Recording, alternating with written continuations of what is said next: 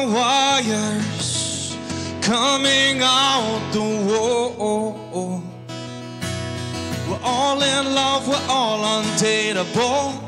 Take me higher into skies of bright white. If you're not scared, then I'm not scared to die.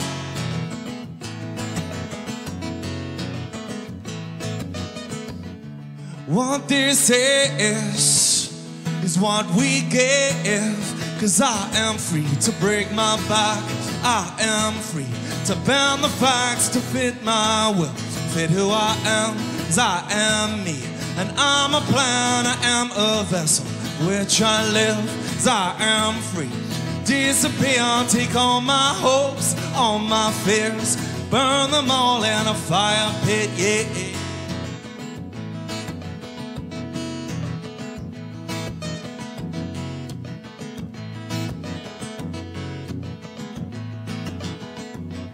Take your science, take the dreams we feed,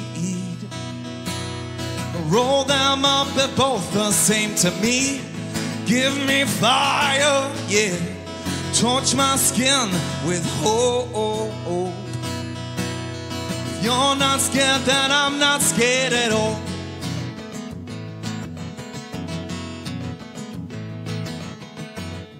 What this is what we give. 'Cause I am free to break my back. I am free to bend the facts to fit my will, fit who I am. I am me, and I'm a plan, I am a vessel which I live. 'Cause I am free to disappear, take all my hopes, all my fears, burn them all in a fire ray. It's everything I want, it's everything I own, and everything I've lost, it's everything I've got. Everything I want, it's everything I own, everything I've lost, it's everything I've got.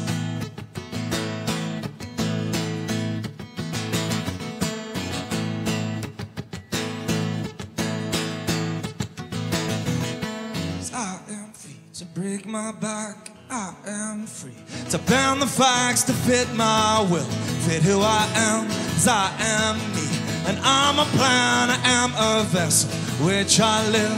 'Cause I am free to disappear, take all my hopes, all my fears, burn them all in a fire pit, yeah.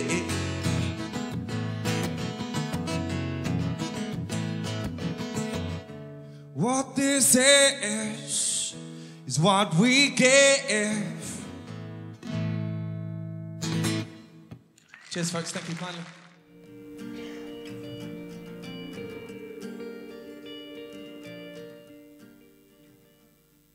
David Icke was born in Leicester, England on April 29, 1952, and he was clearly very pleased to be here. His was a working-class background in post-war England. He felt from an early age that he was here to do something, although he didn't know what.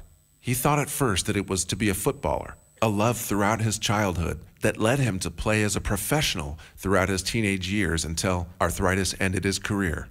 He went on to be a journalist and BBC presenter, becoming a well-known face on British television for many years. He was also a national spokesman for the British Green Party in the 1980s, before the day his life was to change forever. For a year throughout 1989, he felt a presence around him. When he was alone, he felt that something else was always there, and it became ever more tangible. This led him to a professional psychic, Betty Shine, to see if she would pick up what was happening to him. He told her nothing about his experience, but she said that a presence was communicating to him through her. She said David was going out on a world stage to reveal great secrets. One man cannot change the world, she said, but one man can communicate the message that will change the world. She said he would face enormous opposition, but they would always be there to protect him. From that day, David's life became an amazing journey of synchronicity, leading him to people, documents, information, and personal experiences that gave him the puzzle pieces to reveal what is really happening in the world behind the smokescreen of lies, suppression, and manipulation. The journey took him to Peru, where incredible experiences followed, including a download of information on a hill close to a sacred Inca site, recreated here on a return visit in 2012, which involved him standing unable to move in a powerful electromagnetic field of energy for nearly an hour. His life then changed dramatically yet again. For 3 months after that experience, David said he was lost in a bewildered daze. Such was the impact of the massive energetic information download that he was struggling to process. He said it was like a computer freezing with too many keys pressed too quickly. In that same period, he appeared on a primetime BBC television chat show to talk about what had happened, and it led to mass public and media ridicule on a scale ongoing, year after year, that few will ever have experienced. It was historic in its intensity. In the audience tonight, but no, but just let me say this. They're laughing at you. They're not laughing with you. Fine. In the face of that enormous backlash, David thought his life was over, but it had only just begun. 3 months after the Peru experience, he says everything morphed back into clarity, and while he appeared to friends to be the old David again, he wasn't. Suddenly he could see the world in a way that he had not before. In his words, he could see beyond the program that holds humanity in often unknowing servitude. He has crisscrossed the world over and over and written a stream of books that have proved to be extraordinarily accurate in predicting world events and the direction of human society. The man that they said was mad is now at the cutting edge of exposing the human plight, lifting the veil on all that has been kept from us. As David once said, today's mighty oak is just yesterday's nut that held its ground. Prepare for a day you will never forget. Ladies and gentlemen, David Icke. Thank you. Thank you. Thank you very much. Thank you. Thank you. Very kind. Thank you. Thank you. Oh, that's okay. You'll make me cry. Thank you. I'd like to welcome you to the last of the Worldwide Wake Up Tour all-day events, which started in the summer of 2016, and I've been all around the world, right across Australia, America, Europe, Scandinavia, the Balkans. And I would like to pay tribute at this last event, because it's become very relevant, to the management of this venue. Because the more successful I have been in communicating suppressed information, the more the efforts have intensified to silence me. And so, in more and more recent times, efforts by what I call ultra-Zionist hate groups who seek to get the public to hate their targets and thus silence them, I've been trying to get my events cancelled. Last week they managed it. We found another one though, at, of all places, Manchester United's ground, when Manchester United, that's supposed to be a giant football club, showed itself to have no integrity, no class, and no backbone, pulling an event on the day without even telling us, we found out in the media. Contrast that with the efforts to stop this event today going ahead, and the management of this venue, the MEC, saying, we're not having it. It's going ahead. That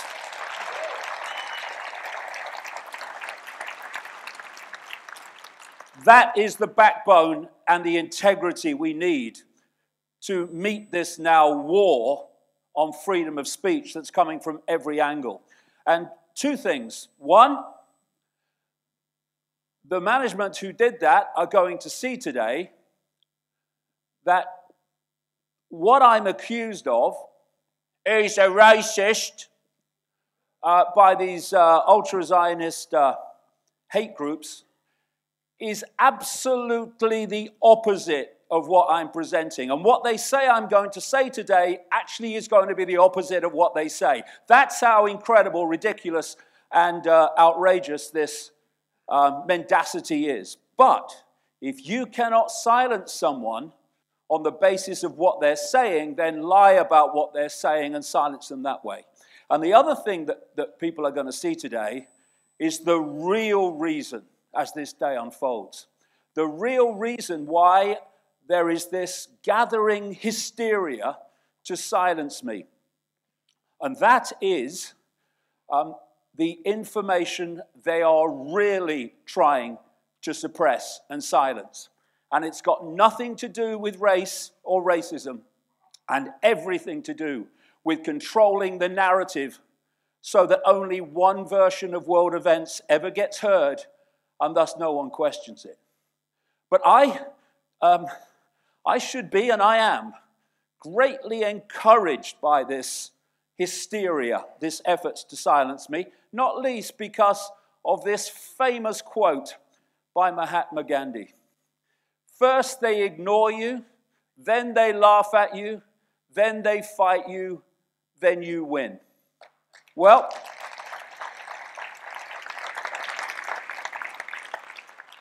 they have ignored me. My goodness, they have laughed at me. And now they think they have to fight me. And I won't be fighting them. I don't want to fight anybody. I'm just going to do what I do. They can fight me if they want.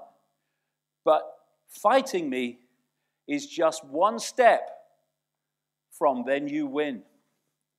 And it's not me winning. It's freedom winning. It's freedom of expression winning. It's free debate and free discourse winning. And we will. And we frickin' will. Now, the irony is that apparently for much of the last nearly 30 years that I've been on this journey, I was mad. I wasn't dangerous. I am now, apparently. But I was mad. He's mad, he is. And the reason they said that I was mad is because I am different. And different is not another word for madness. But we are constantly led to believe that it is, so that anything outside the box is immediately waved away and ridiculed.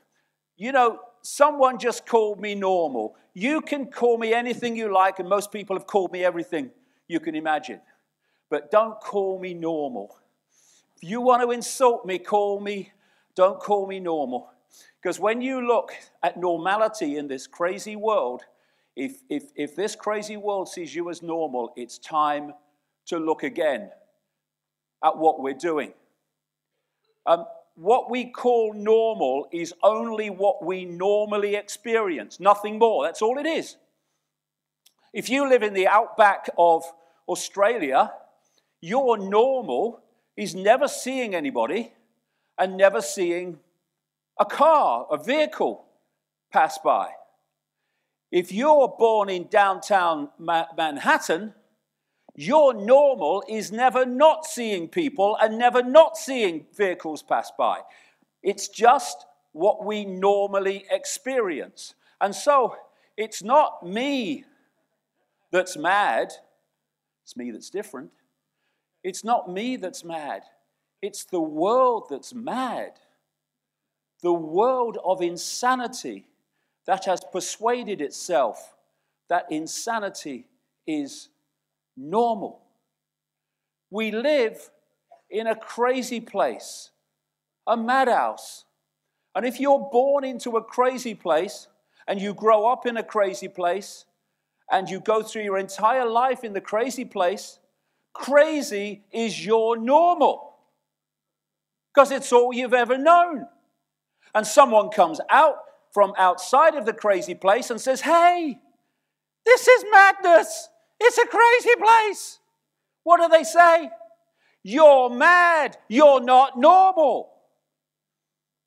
It's exactly what happens in this madhouse to anyone that challenges convention.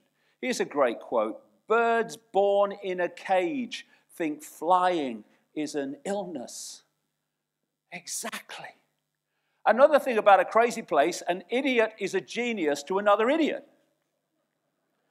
So this crazy place fates idiots, puts them into power, builds statues to them.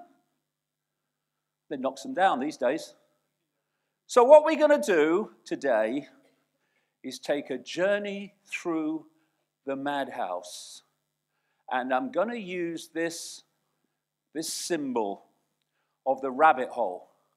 And with each section, I'm going to go deeper and deeper and deeper into the rabbit hole. And my goodness, when we get further into the day, we're going to go into some strange, strange places. But I'm going to start outside the rabbit hole.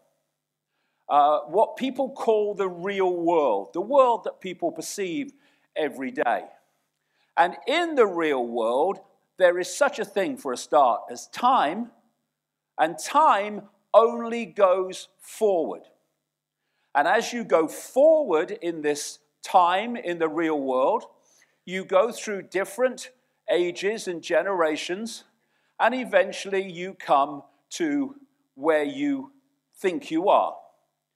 And on that process of time at first existing and then only going forward, it means that wherever you are in this sequence, you believe to be yourself to be on the cutting edge of evolution. Evolution can't go backwards, can, but not in the real world. It can't.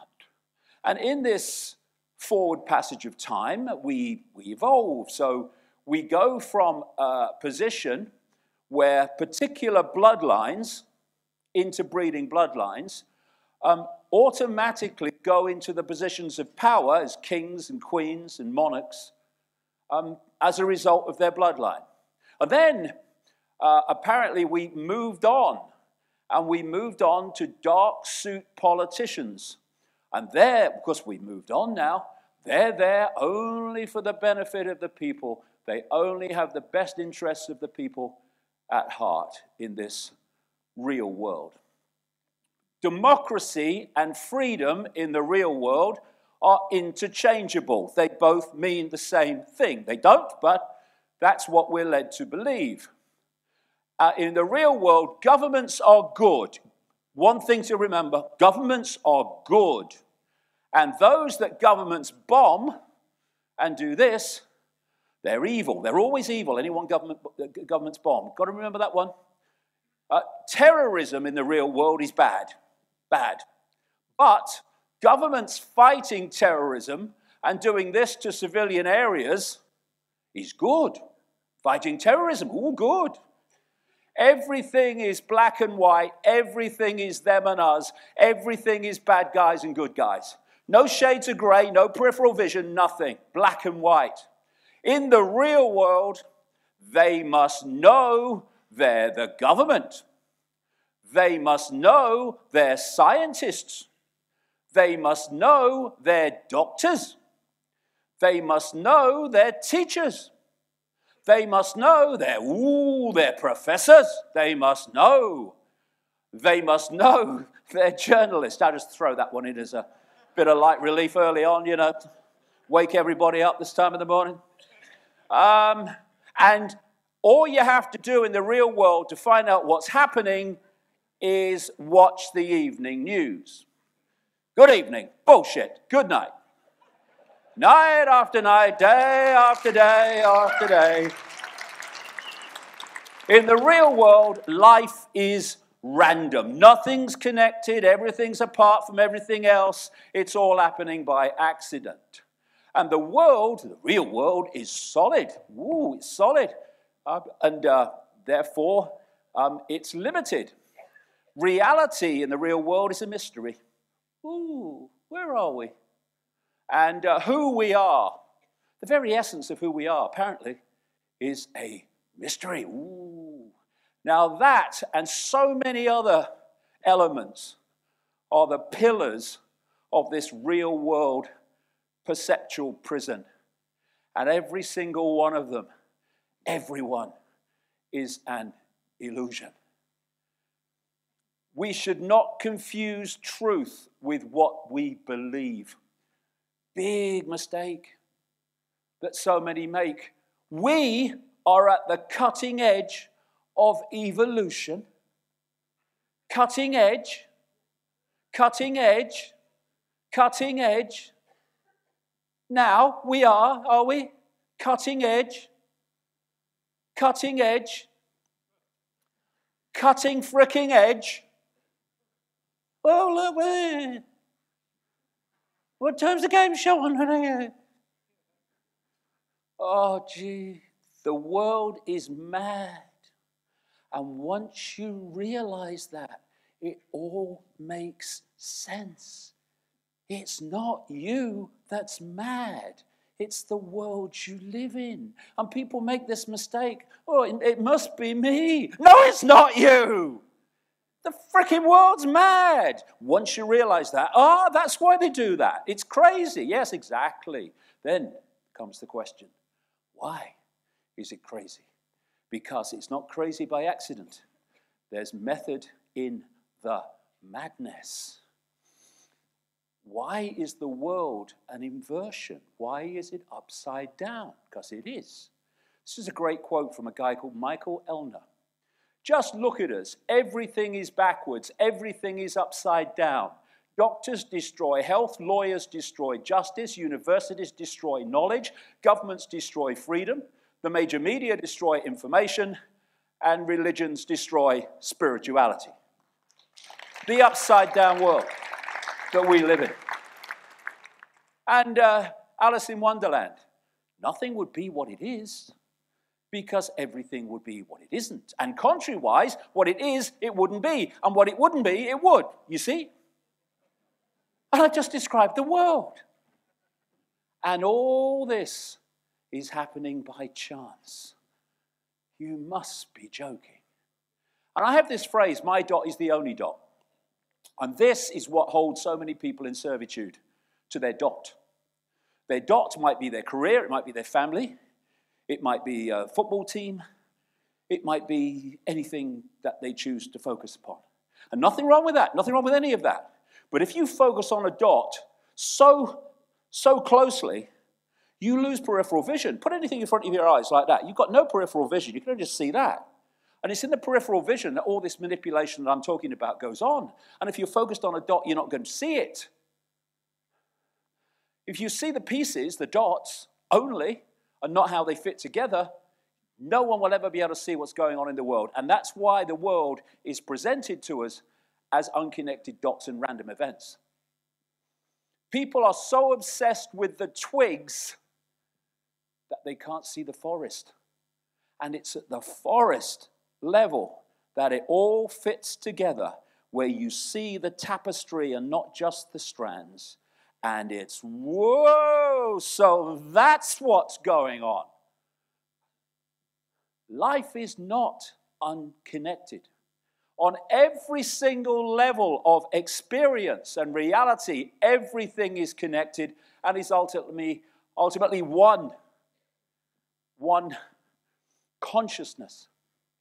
But to see this picture, we have to answer these questions. Where are we being taken day by day? How are we being taken there? Who is taking us there and why? And I'll answer those questions before the day is out. And we'll start with this one. Where are we being taken? Like I say, day by day by day, and ever more obviously, we're being taken here to what I call the Hunger Games society. At the top, you have an elite 1%, actually less than 1% at its core, that are designed, and they're moving there so fast, they are planned to control everything. All wealth, all decision-making in the end, even all thought. At the bottom of the Hunger Games society pyramid is virtually everyone else. Yes, including those that think none of this matters to them because they've got a bit of money in the bank and a nice house and go on holiday twice a year. Those people too are planned to be here.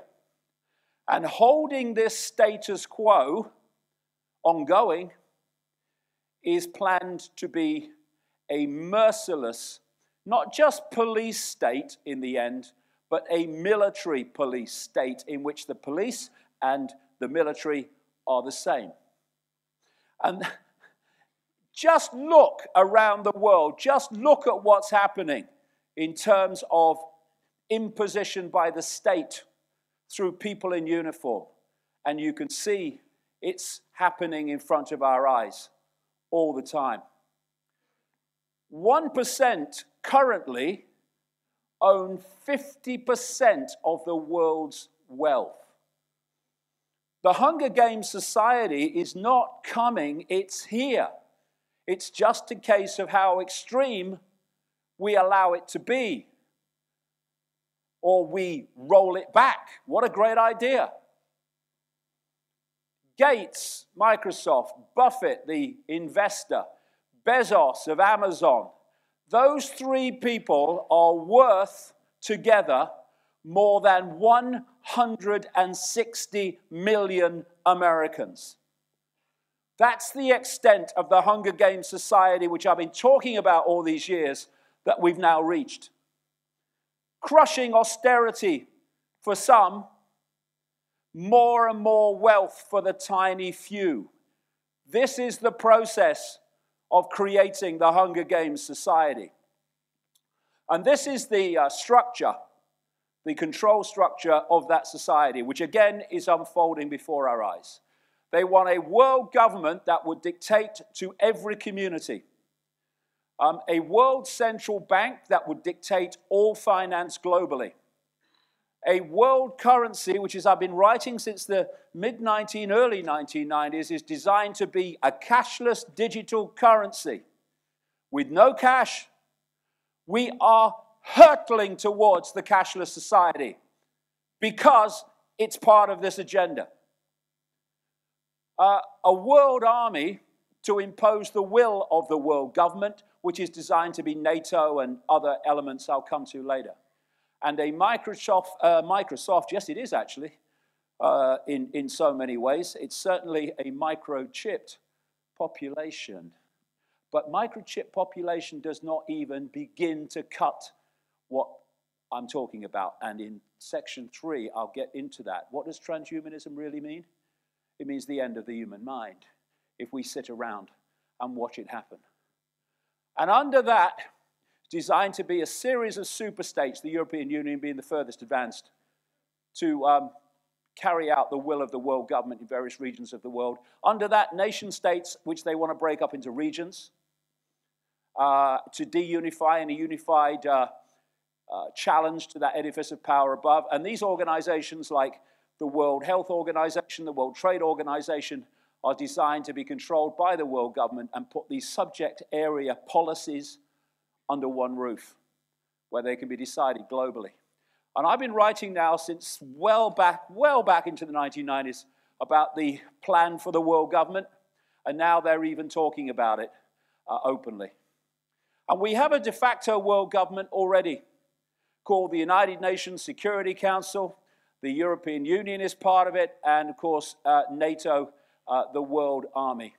And this is the moving step by step to this Hunger Games society, which is been described in my earlier books way back. So, how are we being taken there? Question number 2. And this is where we take our first step into the rabbit hole, into the shadows, into the arena of secret societies and semi-secret groups, from where the world of the seen is manipulated without people realizing it. The world is structured as a spider's web, symbolically.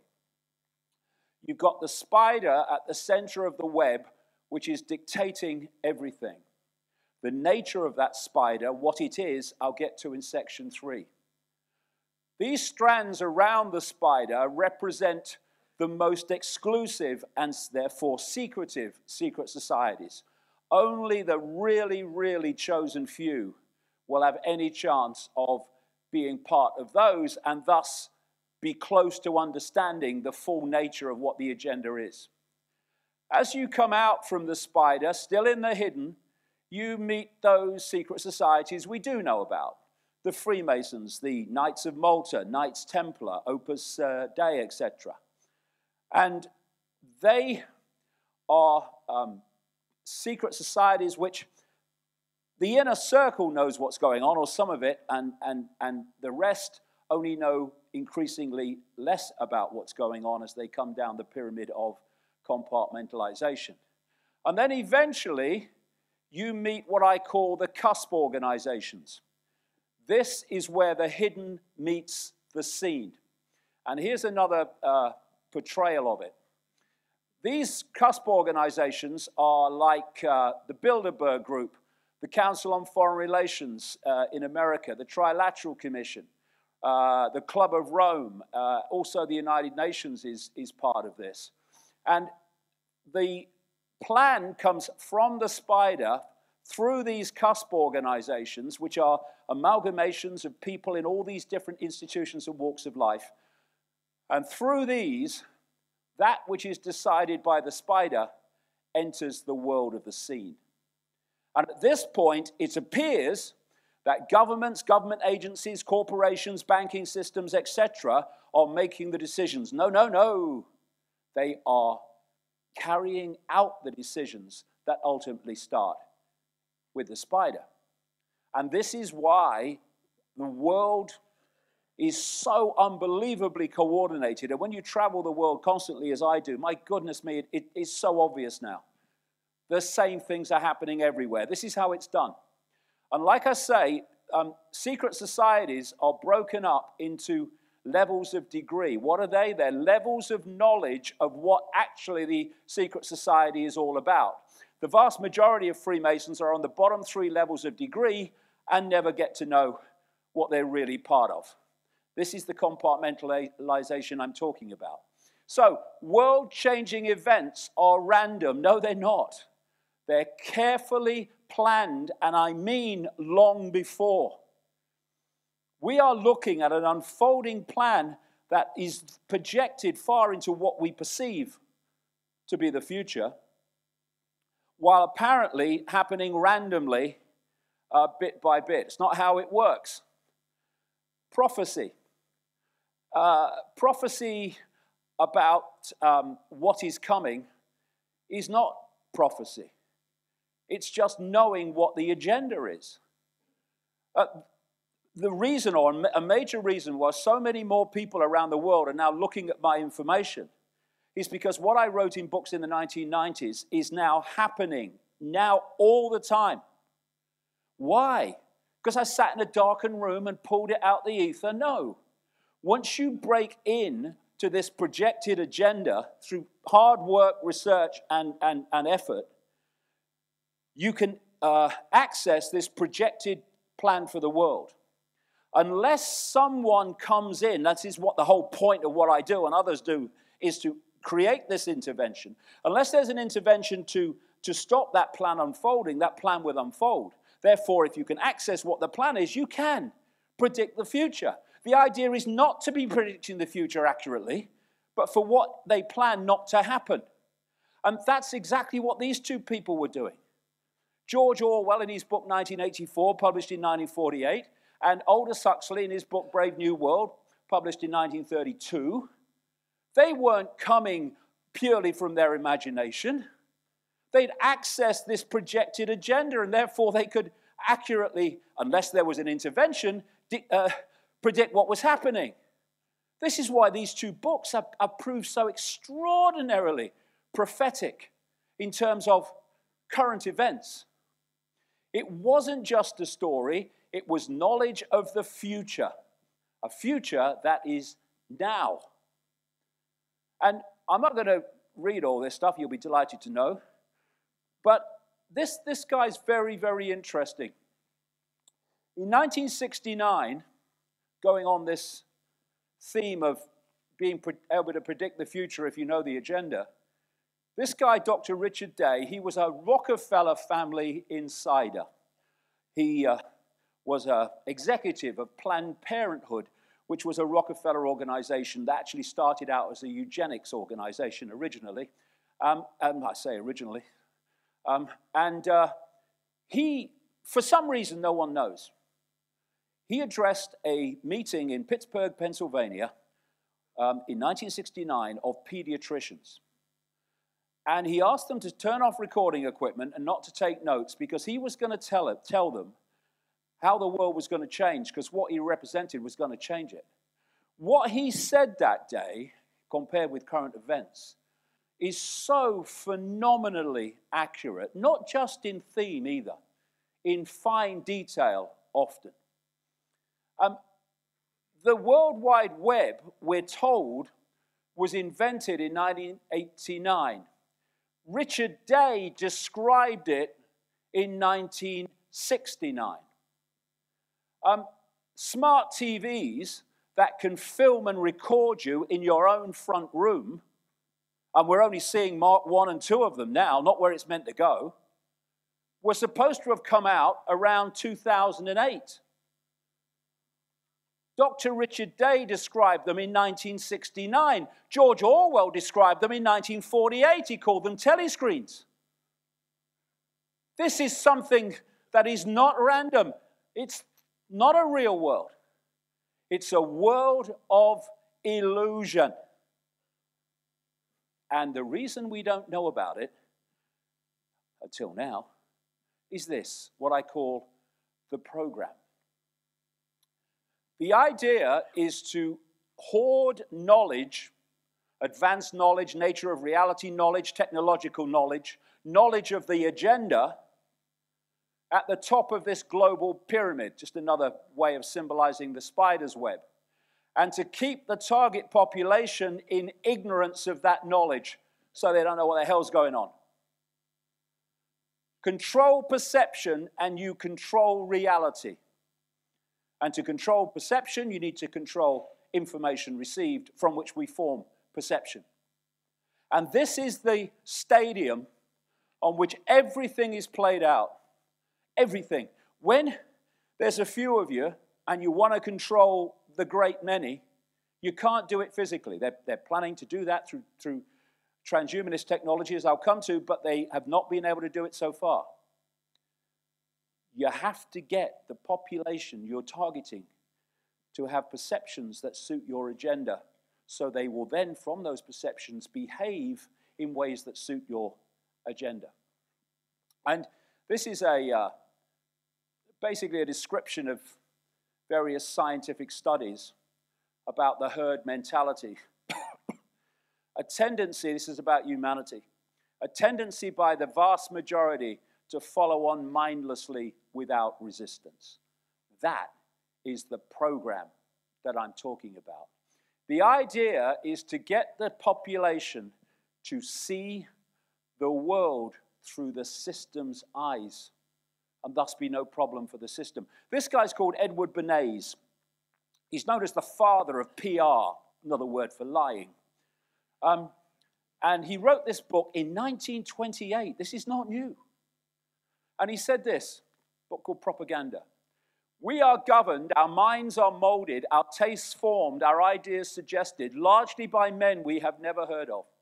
In almost every act of our daily lives, whether in the sphere of politics or business, in our social conduct or our ethical thinking, we are dominated by the relatively small number of persons who understand the mental processes and social patterns of the masses. It is they who pull the wires which control the public mind, the public perception.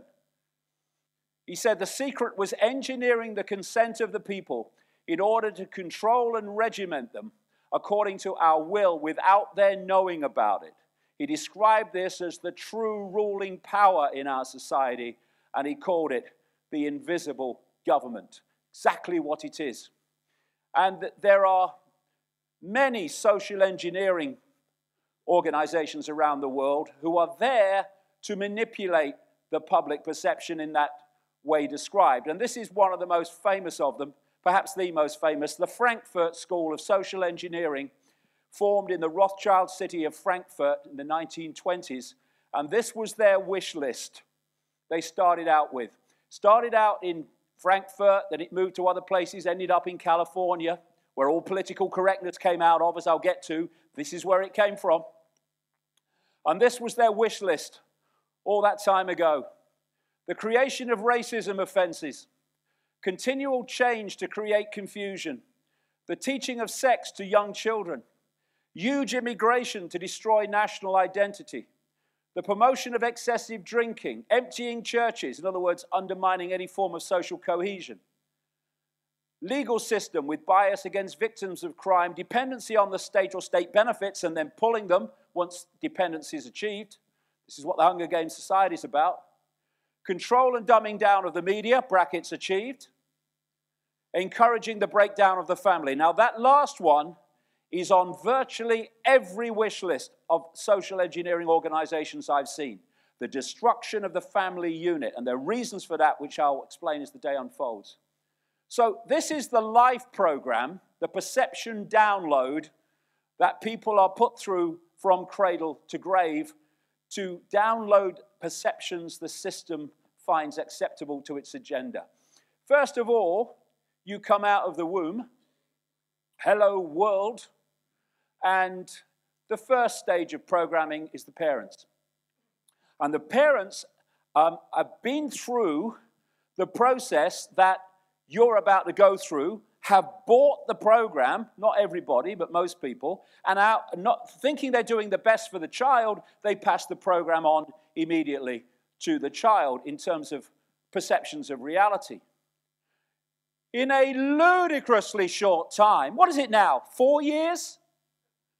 You've just arrived in the world, blinking.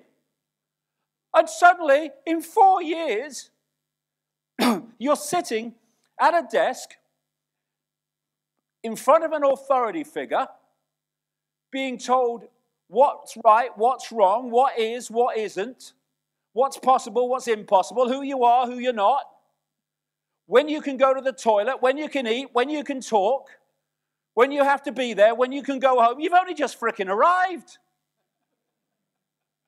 It's madness. Control perception and you control reality. Education is not about educating. It's about programming. Programming a perception for life that suits the system. That's why they do it. It's child abuse. And what does school teach children? Truth comes from authority. Intelligence is the ability to remember and repeat. Accurate memory and repetition are rewarded. Non-compliance is punished.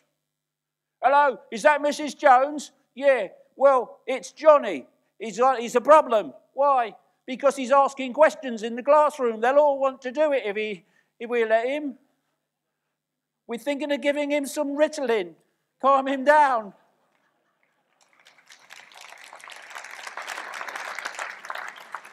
Conform intellectually and socially. Lesson for life. The system knows best and is always right. I will follow the rules. I will follow the rules. I will follow the rules. You've got to get young children into the mindset of following the rules, carrot and the stick, follow the rules. So they will go on following the rules for the rest of their lives and not challenge or even question. And it's all based on fear. Fear of what? Fear of not following the rules. Exam panic, don't worry kids, it's all a hoax. We have children committing suicide because they either fear they won't do well in exams or they haven't done well. We have young children's formative years destroyed by fear of not being educationally successful. We destroy childhoods. We destroy uniqueness. I tell you, kids, anybody listening to this and the DVD that's being recorded today, don't let your life be defined by examination passes or school. You define your life. Don't let them do it.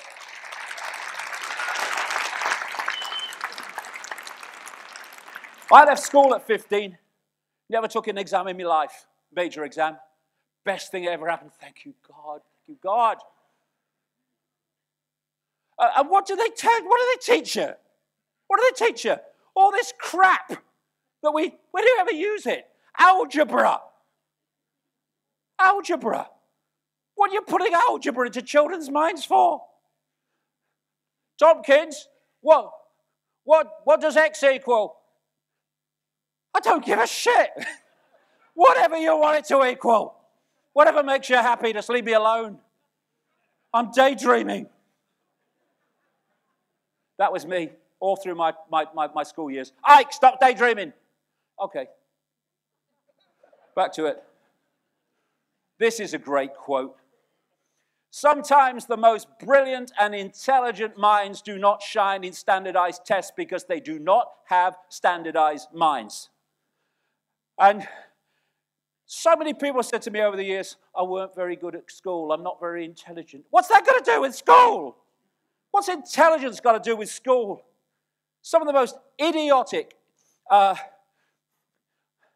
ridiculously idiotic journalists I've ever met, who didn't know their arse from their elbow when it came to journalism.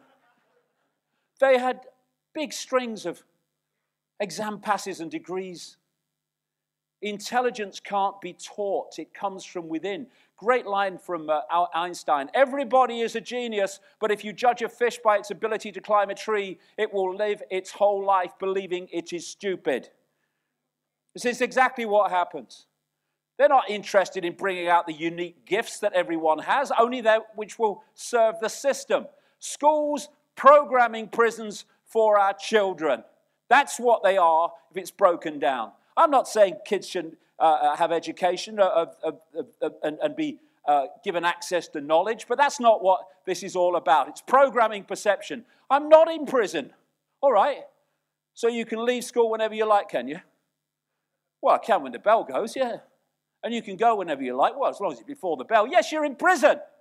And look at it. Look at the body language. When kids come out of school and they've got a little holiday, a week, 2 weeks, what do? They come out of school.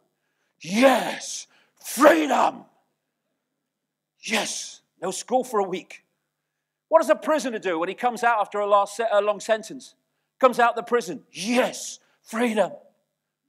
The only thing is that kids are allowed to go home in the evening. But then what happens? Homework. They can't even leave them alone then. It's all a program. And school teaches you to know your place in society. So you have private schools for the rich, and they overwhelmingly produce the governors of society. And then you have the state schools, like I went to, and they produce the workers and the slaves, the governed. There is some crossover, but shockingly little. And, you know, we have this phrase, politicians use it in Britain all the time. We have to prepare children for the workplace. Oh, so you don't prepare children to bring out the unique gifts and spontaneity and inspiration that is within them. Oh, no. We've got to prepare them for the workplace. Yes, make them cogs in a machine. And that's all. And that's why the education system takes children like that and turns so many into that. It's a program. J.D. Rockefeller, very nice man, J.D. Rockefeller, never went home. Very good to his mother. I don't want a nation of thinkers, he said. I want a nation of workers. Exactly. And it's systematic. Because the left side of the brain, this is mainstream science now, the left side of the brain is basically It processes information that sees everything apart from everything else. It sees everything in hierarchical terms, and it's all the elements of what we would call the system, and it's all the elements of the education system. And the right side of the brain is the artist. It's the maverick. It's the inspired. It's the creative. And the system, not least the education system, is set up to put guards on the gate to the left side of the brain to stop right brain influence.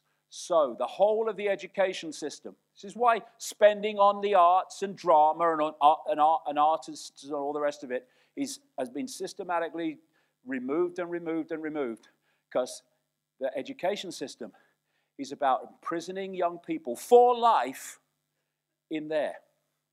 And that's brilliantly symbolized in this advert for a car advertisement. But it's a brilliant expression of the creative, maverick, spontaneity part of the brain and the left brain that they want people to be in for life. Great line summing up the difference between the right and the left brain. The moment a little boy is concerned with which is a jay and which is a sparrow, he can no longer see the birds or hear them sing. Exactly. So, left brains this way, please. We're doing algebra. And this is a major, major study in America at the College of William and Mary in Virginia, involving school-age children between kindergarten through 12th grade. This is what they found happened to those children between those 2 points. A massive decline in creativity, right brain, as children have become less emotionally expressive, less energetic, less talkative and verbally expressive, less humorous, less imaginative, right brain, less unconventional, right brain, less lively and passionate, right brain, less perceptive, less apt to connect seemingly irrelevant things, right brain. It's the right brain that connects the dots. The left brain sees only dots. Less synthesizing, ditto, and less likely to see things from a different angle. Exactly. That's the program download imposing itself on perception. So be a good citizen, accept the program. And then we'll give you good grades. We'll say you're clever. And then you will progress to higher education, where in more and more countries, not least in Britain and America, young people, the start of their lives, get up to their neck in debt to pay for their own programming to the banks.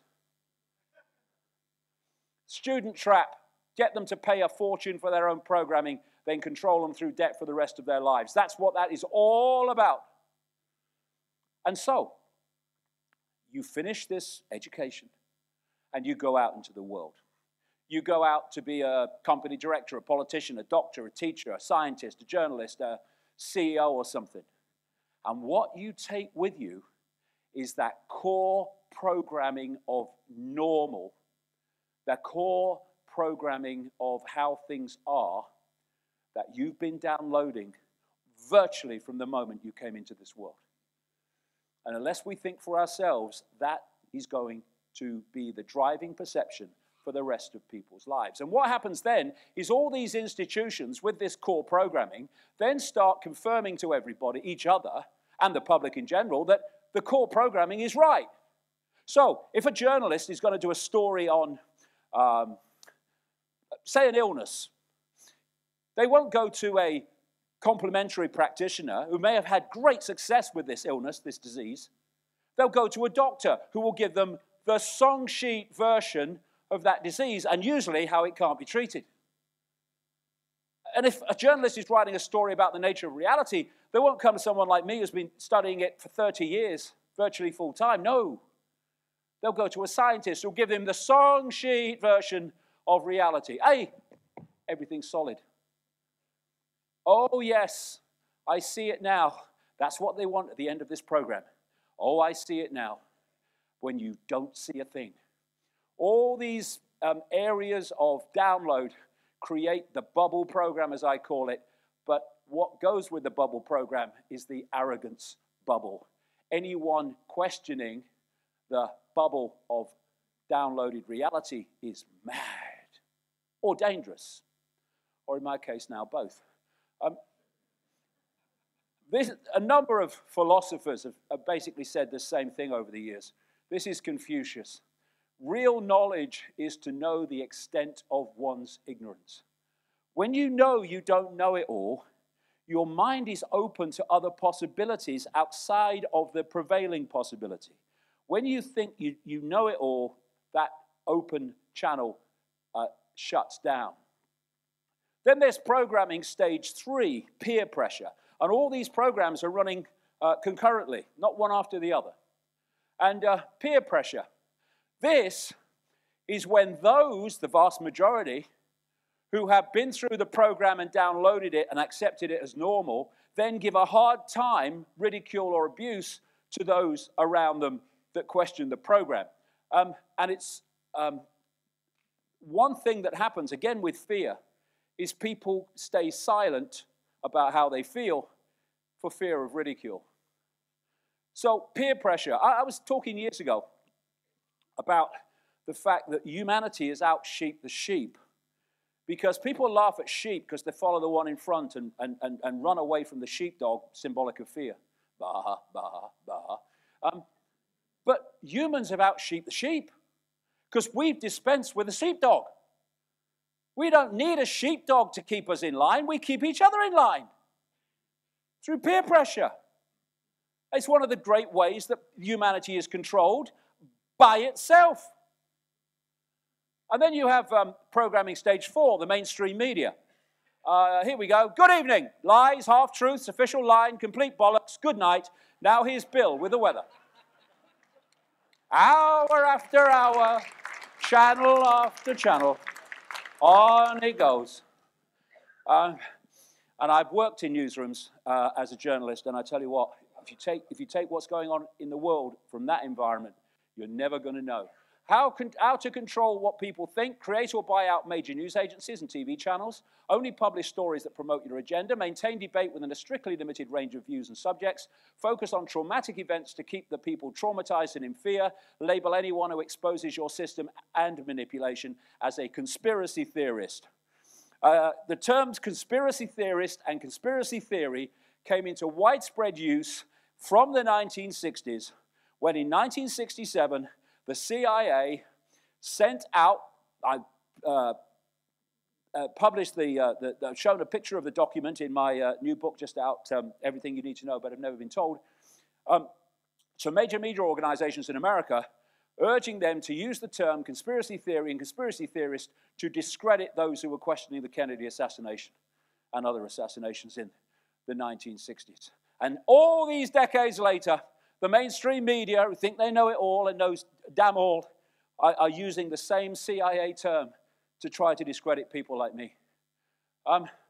This is a journalist from Germany, Udo Ufkotti, who, after years and years of writing stories under his own name that were given to him by the CIA, not even German intelligence, he came out and explained how journalism really works and who's really putting the information in the papers that people take to be fact. How can I lie to the media, or how can the media lie to you? It knows you simply won't check the facts, or at least most people won't. So we have the program download from these various elements, and that's where perceptions are formed. And the perception is a narrow, narrow band of possibility on purpose, so people will not see what's really going on. And I call that narrow band the postage stamp consensus. It's a tiny, tiny, tiny little area of perceived possibility on what is happening in the world to keep us in perceptual imprisonment for life. So, what I will call the system is this program of perceptual manipulation and control. And so you've been through the education system, you're coming out now, and they're off. Oh, I must get there. I must succeed. I must be someone. I have to succeed. And how do we succeed? Where people say, oh, he's a success, look at him or her. We do it by succeeding on the system's terms. The system even gives us our symbols of success, which are basically money, property, fame, power as it's perceived. So if you're going, most people are, because of the way the system works, are in a state of insecurity. Instead of getting their power from within, say what you like about me, I don't care. Instead of that, they're getting their sense of security from other people. This is why social media is so devastating to so many people, when the trolls start. And so if you're going to get that reaction, oh, you're successful, you're doing well, you have to succeed according to the symbols of success that everyone has accepted as success. And so they even control our sense of accomplishment. So what happens? This is the great thing. I mean, I have to be honest.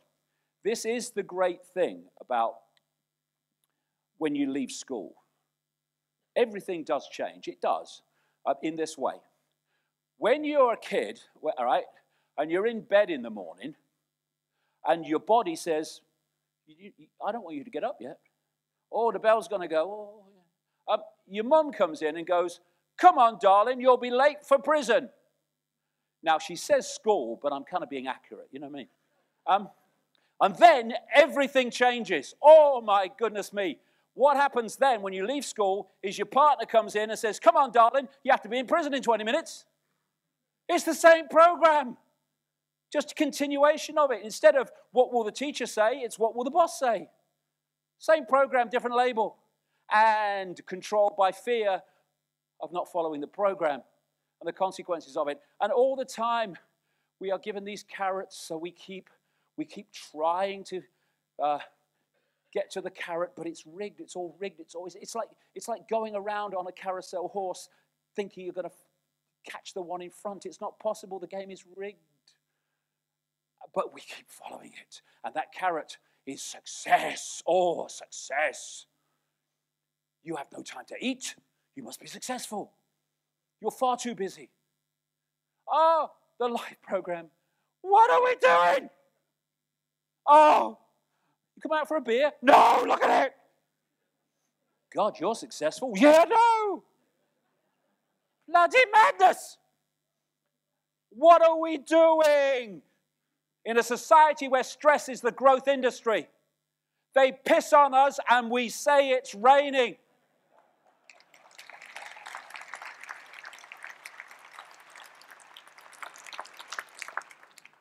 It's so blatant. Here you go.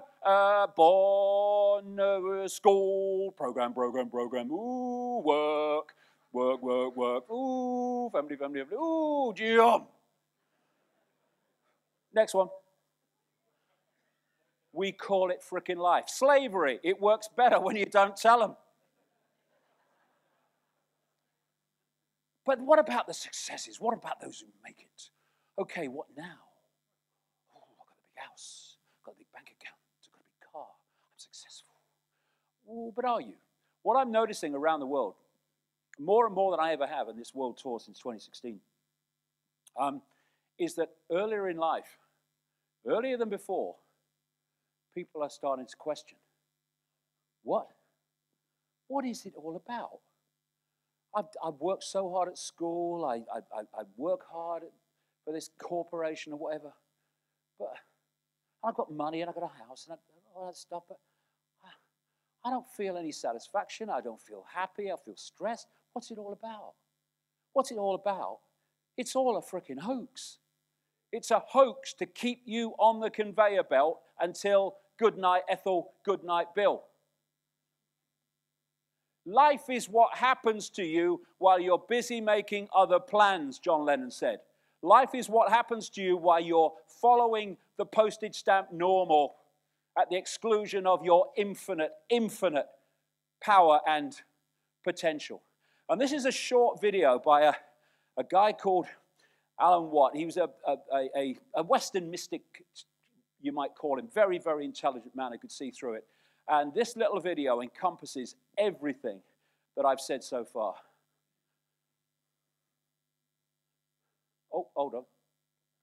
There you go. In music, there you go. one doesn't make the end of a composition the point of the composition. If that were so, the best conductors would be those who played fastest. And there would be composers who wrote only finales. People go to concert just to hear one crashing chord, because that's the end. But we don't see that as something brought by our education into our everyday conduct. We've got a system of schooling which gives a completely different impression. It's all graded. And what we do is we put the child into the corridor of this grade system with a kind of, come on, kitty, kitty, kitty. And yeah, you go to kindergarten, you know. And that's a great thing, because when you finish that, you'll get into first grade. And then, come on, first grade leads to second grade, and so on. And then you get out of grade school, you've got high school, and it's revving up. The thing is coming. Then you're going to go to college. And by Jove, then you get into graduate school. And when you're through with graduate school, you go out to join the world. And then you get into some racket where you're selling insurance. And they've got that quota to make. And you're going to make that. And all the time, this thing is coming. It's coming. It's coming. That great thing, the success you're working for. Then when you wake up one day about 40 years old, you say, my God, I've arrived. I'm there. And you don't feel very different from what you always felt. And there's a slight letdown because you feel there's a hoax. And there was a hoax. A dreadful hoax. They made you miss everything.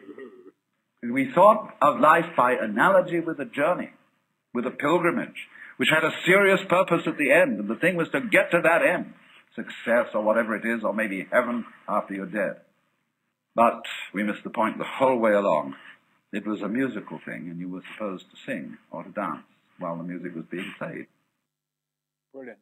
And it's the musical thing, the singing and dancing while the music is being played, that the program is there to stop. So if the system is not for us, then who is it for and why?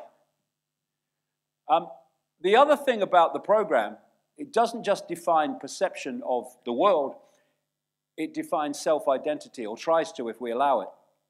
And people get their self-identity from the program. And there's a religion that has been passing through the entirety of known human history, and it's the religion of IMR.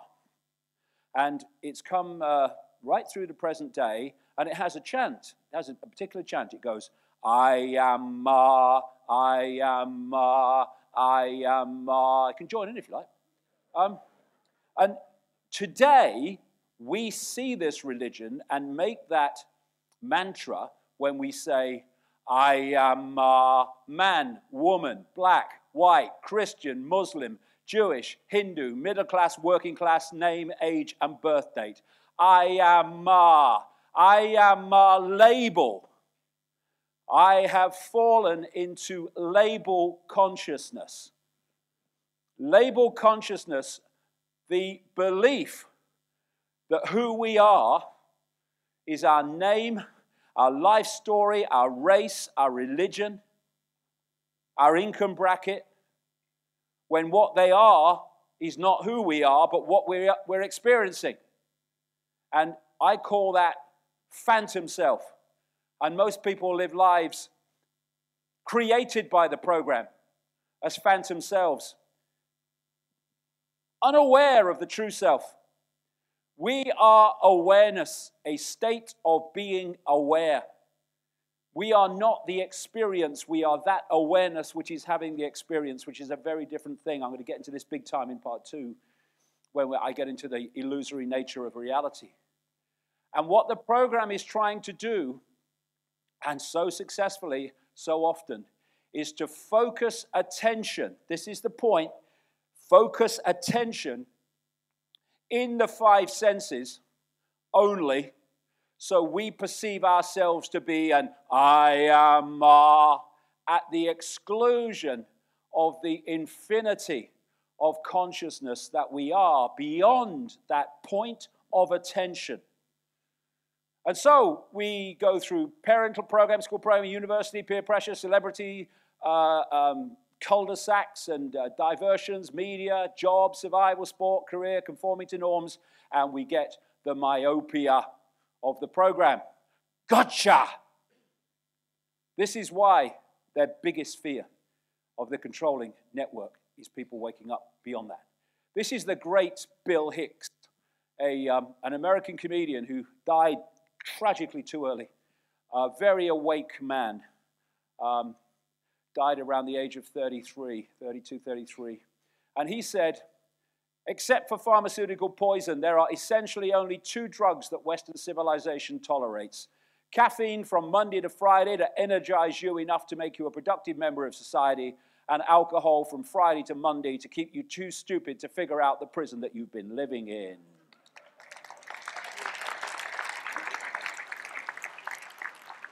And so we look at the wider picture of this conspiracy within which the program is a fundamental foundation without which it couldn't work. People say about people like me, you see conspiracies everywhere. Well, first of all, conspiracies are everywhere because the dictionary definition is merely 2 or more people conspiring to create a particular end, usually illegal. But I am not talking today about multiple conspiracies. I don't talk about multiple conspiracies in my books. I'm looking at one conspiracy to enslave the human race through the human mind and human perception that has multiple different facets and faces, which is a very different thing. Now, the big thing about today, the books in general, but today, yes, certainly, is context.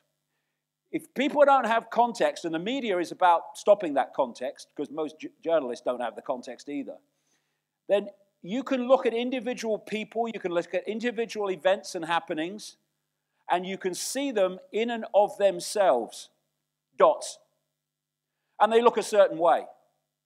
But you connect the dots, you put them in context with each other, and whoa, they look very, very different indeed, and they will as the day unfolds. Give you an example. People look at that. The vast majority of people, you say to them, what is that? And they say, I've no bloody idea. Well, it's got no context. Now there's the context. Now it's clear what that is. It's a butterfly wing, because the context is there. And what I'm going to do today is go through, in the first section, there's so many different levels of this in the rabbit hole, I'm going to lay out what the plan is in the world of the scene between now and the first break, and how it's unfolding. Now, everything that I'm going to talk about is happening in America. I feel sorry for Americans in so many ways, because America is a mind control laboratory. That's where things are tried out, that's where things are tested, and when they work in terms of the agenda and perceptual control, they are then exported all over the world. And people say, oh, the American culture's everywhere. No, that which has worked is then exported. That's what we call the American culture. And as I've gone around the world, every time I go into a country with this talk, and its various elements in this first section, I go through a checklist in that country of these various elements I'm going to go through to see if they're happening there. They're happening everywhere at the same time. Some are further ahead than others, sure, but the same things are happening everywhere. Why? The spider that is dictating globally. So here we go. How do we get there to the Hunger Games society? Number one, illusion of freedom and political choice. This is essential. Democracy is choice. No, it's not. We live in one-party states in terms of anyone that can form a government. And out of the spider, out of the unseen, come these characters that appear to randomly again appear in political circles in the world of the seen. The spider, the web, is spewing out these people, not to represent the interests of the people, but to represent the interests of the spider. And most of these people are so compartmentalized they don't even know it. Some do. And every single one of them, worldwide, virtually, with the odd exception, is standing on the postage stamp consensus in terms of their perception of reality. this is, I'm not going to read all this, but this is an email from a guy called Michael Froman, former Citigroup executive. He wrote to Obama after Obama was coming up to winning the election the first time round. And he listed, he was sending it to aides of Obama, and he listed a series of people that he recommended for Obama's administration. Not just major positions, lower positions as well. Virtually all of them ended up in the Obama administration. That is how politics really works. So these are different names, different parties, but they have the same ultimate master, which is pushing on this same agenda, which is why nothing changes no matter what party moves to another one. And this is why.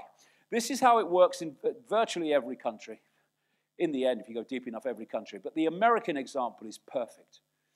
Under the Bush administration, before Obama, and even the mainstream media acknowledge this, the Republican Party and Bush were basically controlled by a group of people still around today with Trump called the neoconservatives or neocons.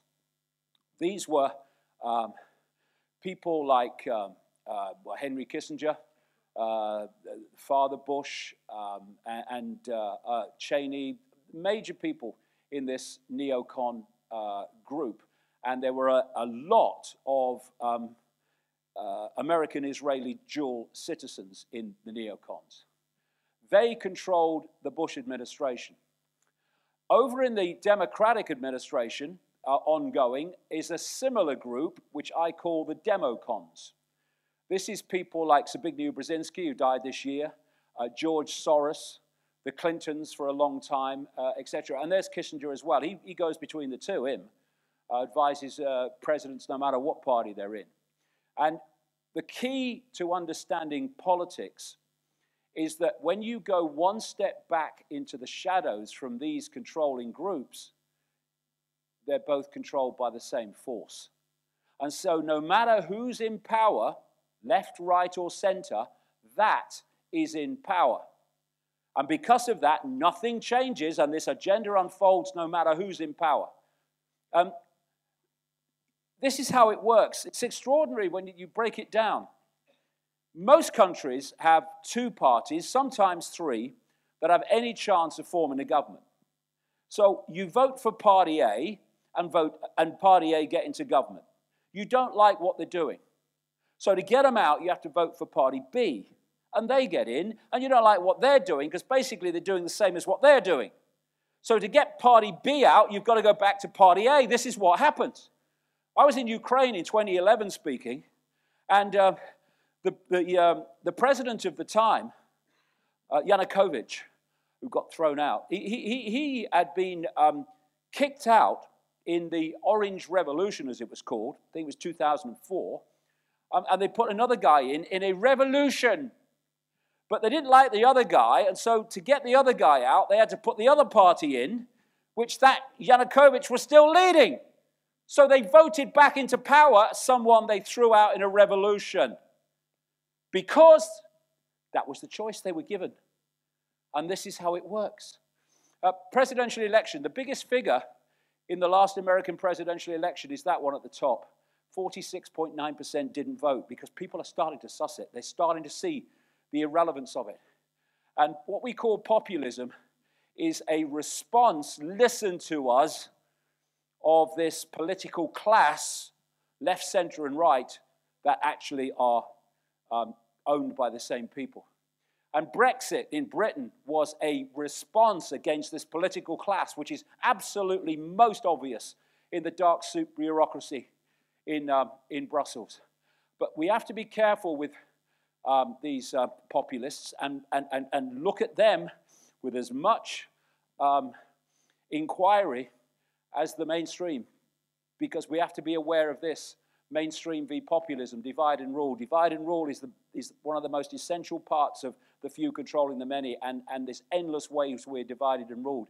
For instance, this was a populist winner, we were told, of the presidential election. But it's a different face and the same mouth. It was just a hoax. This is a man who swum in the swamp all his life, who was going to drain it. And the first thing he did to drain it was hand the American economy to Goldman Sachs. This is a new road sign in America, the Trump turn. Virtually everything he said he would do, he's reneged on, because it was just a way of getting into power by telling people what they wanted to hear. You think Trump is in charge? No more than anyone else ever has been. And yet, because we don't understand this, we have Trump and anti-Trump clashes in America, where they're fighting over two puppets, or two masks on the same puppet. And the political circuit, left and right, when I get into the nature of reality in part 2, is actually an electrical circuit. Left and right need each other to empower each other. It's an electrical circuit. I'll explain what I mean in part 2. And Mark Twain had it: if voting made any difference, they wouldn't let us do it.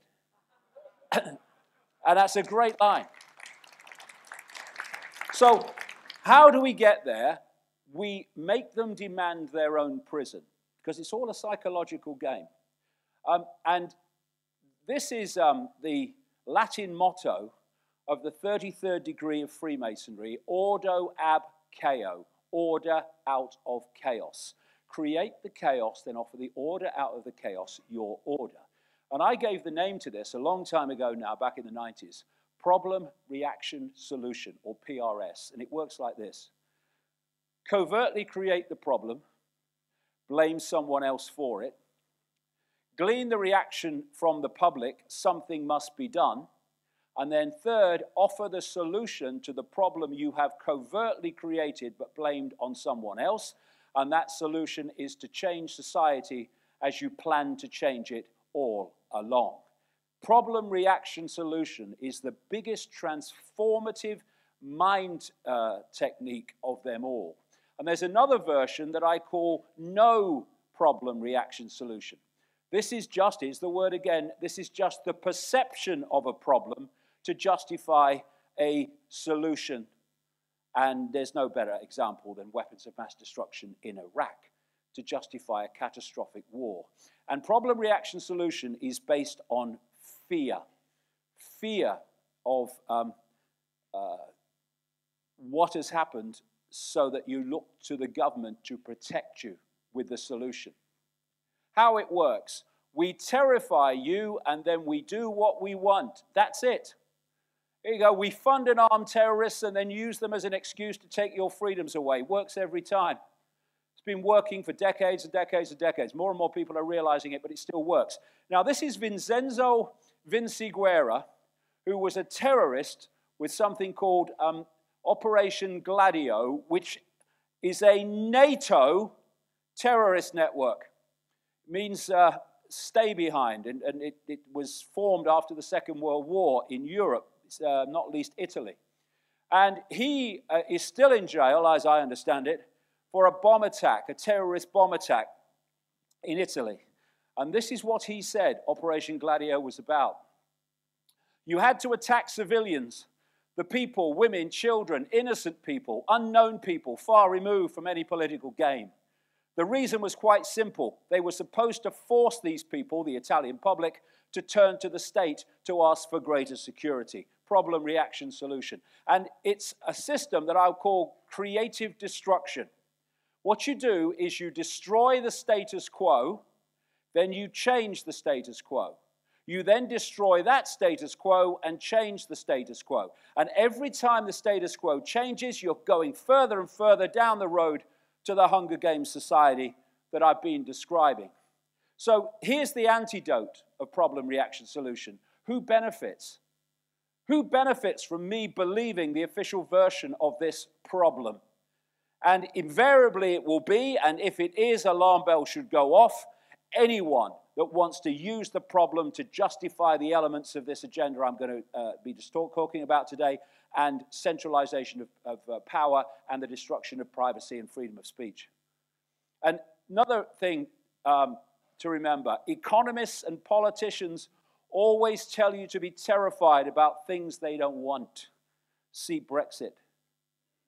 So, next one. How do we get there? War. Nothing transforms a society globally or nationally than a war. Once the war has happened, big or small, that society is never, ever the same again. And the bigger the war, the longer the war, the greater the transformation of society, which will never return and revert to how it was before. And that is why bombs are the calling cards of the West. They are there to acquire more and more land, more and more resources, and to transform human society. Note, no money for people, but there's always money for war. Always money for war. When's the last time a politician said, we can't go to war, we can't afford it? There's always money for war. This is a recent news story. America tests the most dangerous nuclear bomb ever produced. F-15 drops $1 trillion super nuke. The US war machine's annual budget could buy every homeless American a $1 million home. So why don't they? Because war is crucial to what I'm talking about. They are hungry, let them eat tanks. See, war is good for the agenda because it acquires more land, transforms society. It justifies a police state at home against the baddies. And austerity is good because more and more people get pulled in here. And if you're spending vast amounts on war, you haven't got money to spend on people. And Orwell talked in 1984 about the endless war, the war that never ended. And we have it. It's called the War on Terror. When do you know a war on terror is over? You never know. You know when two people fight and one wins or whatever, it's over. But when does a war on terror end? You never know. You never know when another terrorist attack's coming. Therefore, it's an endless war.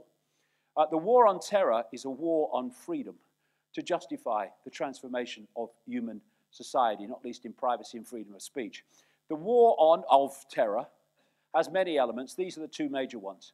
To justify invasion of target countries that you want to invade and take over, and two, to justify the police state at home to protect the people from the terrorists by taking their freedoms away.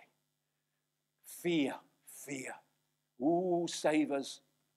And this guy, Zbigniew Brzezinski, he was one of the demo cons. He died this year. And when he said what he thought should happen, he was telling you what was going to happen in his books. And Brzezinski wrote The Grand Chessboard in 1997, in which he said that to control the world, you had to control Eurasia, this massive landmass between Europe and China, Russia, down into the Middle East. And I'm going to come back to that after we've been on a little journey of dot connecting. In September 2000, an organization in America called the Project for the New American Century produced a document calling for America to fight multiple theater wars and regime change a list of countries. The Project for the New American Century was created and co-founded by this guy, Kagan, and this guy, Crystal. And they are Israeli American dual citizens. And in this Project for the New American Century were Dick Cheney, Donald Rumsfeld, Paul Wolfowitz, and these two ran the Pentagon at the time of 9/11 and after, the invasion of Iraq. Dov Zakheim, another Israeli-American dual citizen, he was comptroller of the Pentagon and controlled the entire budget at the time of 9/11 and what happened afterwards. This is a guy called Richard Perle, another Israeli-American dual citizen who was very much a manipulator in the Pentagon while these were involved in fronting it up. Now, what they said in this document in September 2000 was they wanted American forces to fight and decisively win multiple simultaneous major theater wars, and they named the countries they wanted to regime change, September 2000. Iraq, Libya, Syria, Iran, North Korea, China, Lebanon was in there as well. And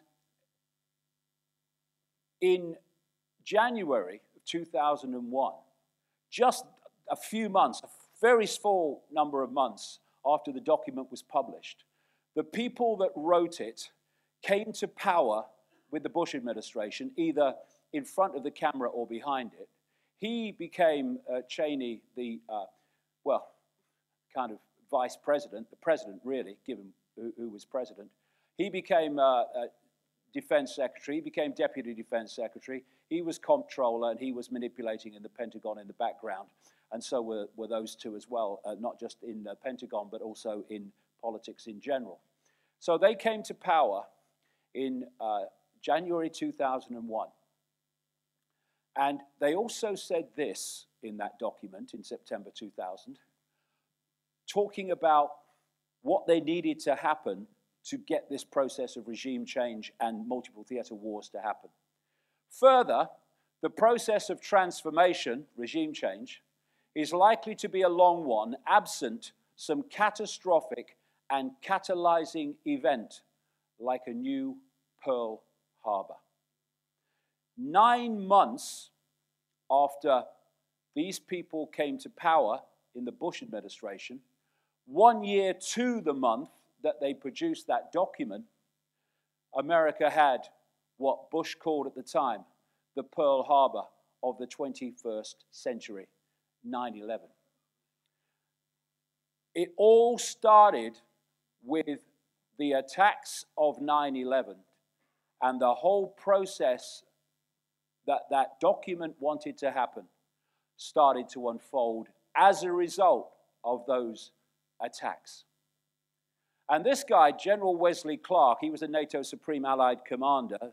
He wasn't, he's not the nicest man ever to walk the earth either, some of the things he's done. But he was interviewed on a television program, alternative television program on the internet. I think it was 2007. And he said that days after 9/11, he went to the Pentagon, he met Rumsfeld and Wolfowitz, and then he met a general on the Joint Chiefs of Staff that he knew, that was supposed to run the Pentagon, the Joint Chiefs of Staff. And this general, he said, told him that they were going to invade Iraq. So he's going, what are we going to invade Iraq for? Were they involved in 9/11? Well, we don't think so. Well, why are you going to invade Iraq? Well, he didn't really know. And probably he didn't because of compartmentalization. So anyway, he goes away and he says he comes back a few weeks later, by which time America is in Afghanistan. And he met the same general at the Pentagon. And he said, why haven't we invaded Iraq? I thought we were going to invade Iraq. And the general said to him, it's worse than that, sir. He said, he picked up a piece of paper. He said, I've just had this up from upstairs, Rumsfeld's office. We're going to invade 7 countries in 5 years. And he named them: Iraq, Libya, Syria, Iran, Lebanon, North Korea, etc., that were on that list. Not North Korea, but that was on the list as well. And so he said on this program, which you can see on the internet, that the Project for the New American Century had instigated a coup on America, and they wanted us to destabilize the Middle East, turn it upside down, make it under our control. And that is what has been unfolding ever since, hidden by apparent randomness of war.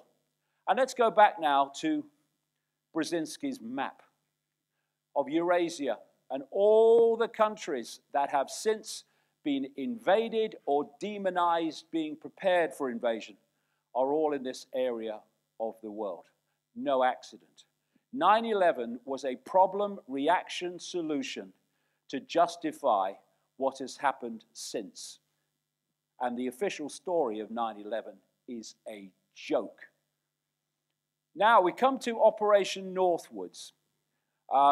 This was in the 1960s when a guy called Lyman L. Lemnitzer was chairman of the Joint Chiefs of Staff in the Pentagon. Note, this is 1962. What I'm about to tell you was being planned. This guy, James Bamford, was a former investigative producer with ABC, and he wrote a book called Body of Secrets about the NSA, the National Security Agency in America. And as part of this, he featured something called Operation Northwoods, which came out of the official American archive. This is not conspiracy theory. This is from the official documents. And this is what was planned to happen in the 1960s with Lemnitzer. Codenamed Operation Northwoods, the plan, which had the written approval of the chairman and every member of the Joint Chiefs of Staff, called for innocent people to be shot on American streets, for boats carrying refugees fleeing Cuba to be sunk on the high seas, for a wave of violent terrorism to be launched in Washington, D.C., Miami, and elsewhere. People would be framed for bombings they did not commit. Planes would be hijacked. Using phony evidence, all of it would be blamed on Castro, thus giving Lemnitzer and his cabal the excuse, as well as the public and international backing they needed to launch their war. Exactly the techniques that have been used in more recent times. Now, I've been saying for years, others have too, that the planes that left the airport on 9/11, the airports, were not the planes that hit the buildings. And I've been saying, as others have too, that the planes that hit the buildings were controlled from the ground. They were what we now call drones. And, oh God, can they do that? What about the technology? Well, hold on. Let's look at the technology of 1962, when exactly that was planned in Operation Northwoods, as confirmed by official American documents. This is from Operation Northwoods. An aircraft at Elgin Air Force Base would be painted and numbered as an exact duplicate for a civil registered aircraft belonging to a CIA proprietary organization in the Miami area. At a designated time, the duplicate would be substituted for the actual civil aircraft, exactly what happened on 9/11, and would be loaded with the selected passengers, all boarded under carefully prepared aliases. Note how few, ridiculously few passengers there were on those planes, given the time that they left, when there would have been, should have been many more. The actual registered aircraft, Operation Northwoods goes on, would be converted to a drone. Takeoff times of the drone aircraft and the actual aircraft will be scheduled to allow a rendezvous south of Florida. From the rendezvous point, the passenger-carrying aircraft will descend to minimum altitude and go direct into an auxiliary field at Elgin Air Force Base, where arrangements will have been made to evacuate the passengers and return the aircraft to its original status. The drone aircraft, meanwhile, will continue to fly the filed flight plan. When over Cuba, the drone will be transmitting on the international distress frequency a Mayday message stating he is under attack by Cuban MiG aircraft. The transmission will be interrupted by destruction of the aircraft, which will be triggered by radio signal. This will allow the International Civil Aviation Organization radio stations in the Western Hemisphere to tell the US what has happened to the aircraft instead of the US trying to sell the incident. And that was planned for 1962. Kennedy put a stop to it, it seems. And this is why you have a whole organization of airline pilots and aircraft pilots that have come together to say that the story of who flew those planes and how is a nonsense, an impossibility. This is why architects and engineers, some of them at the top of their profession, have got together in the same way and said the explanation of how the buildings came down is a nonsense and impossible. Why? Because it's a lie. The whole thing's a lie. This is Mohammed Atta, the so-called lead hijacker. According to his American white girlfriend, you can see her interview on the internet, his favorite food was pork. Yes, yes, ooh, God, he's extreme Muslim, he is, ooh, ah. That he was often drunk and was constantly, basically, taking cocaine. She also said, because they lived in an apartment in Venice, where the Venice airport is, in Florida, where they're supposed to have learned how to fly wide-bodied jets by flying one-engine Cessnas. That makes bloody sense, doesn't it? And she said that when they ran out of cocaine, he would go over to Venice airport and come back with an armful, which explains perfectly other areas of research. which is that Venice Airport was a conduit, maybe still is, but certainly was then, for CIA drug operations coming out of South America and onto the streets of America through Venice Airport. Attar was one of the people working for the CIA on that drug-running operation. That's why he could go over and get the armful of cocaine. And because he was working for the CIA, he could be put in the wrong place at the wrong time for him while having no idea what the hell was going on.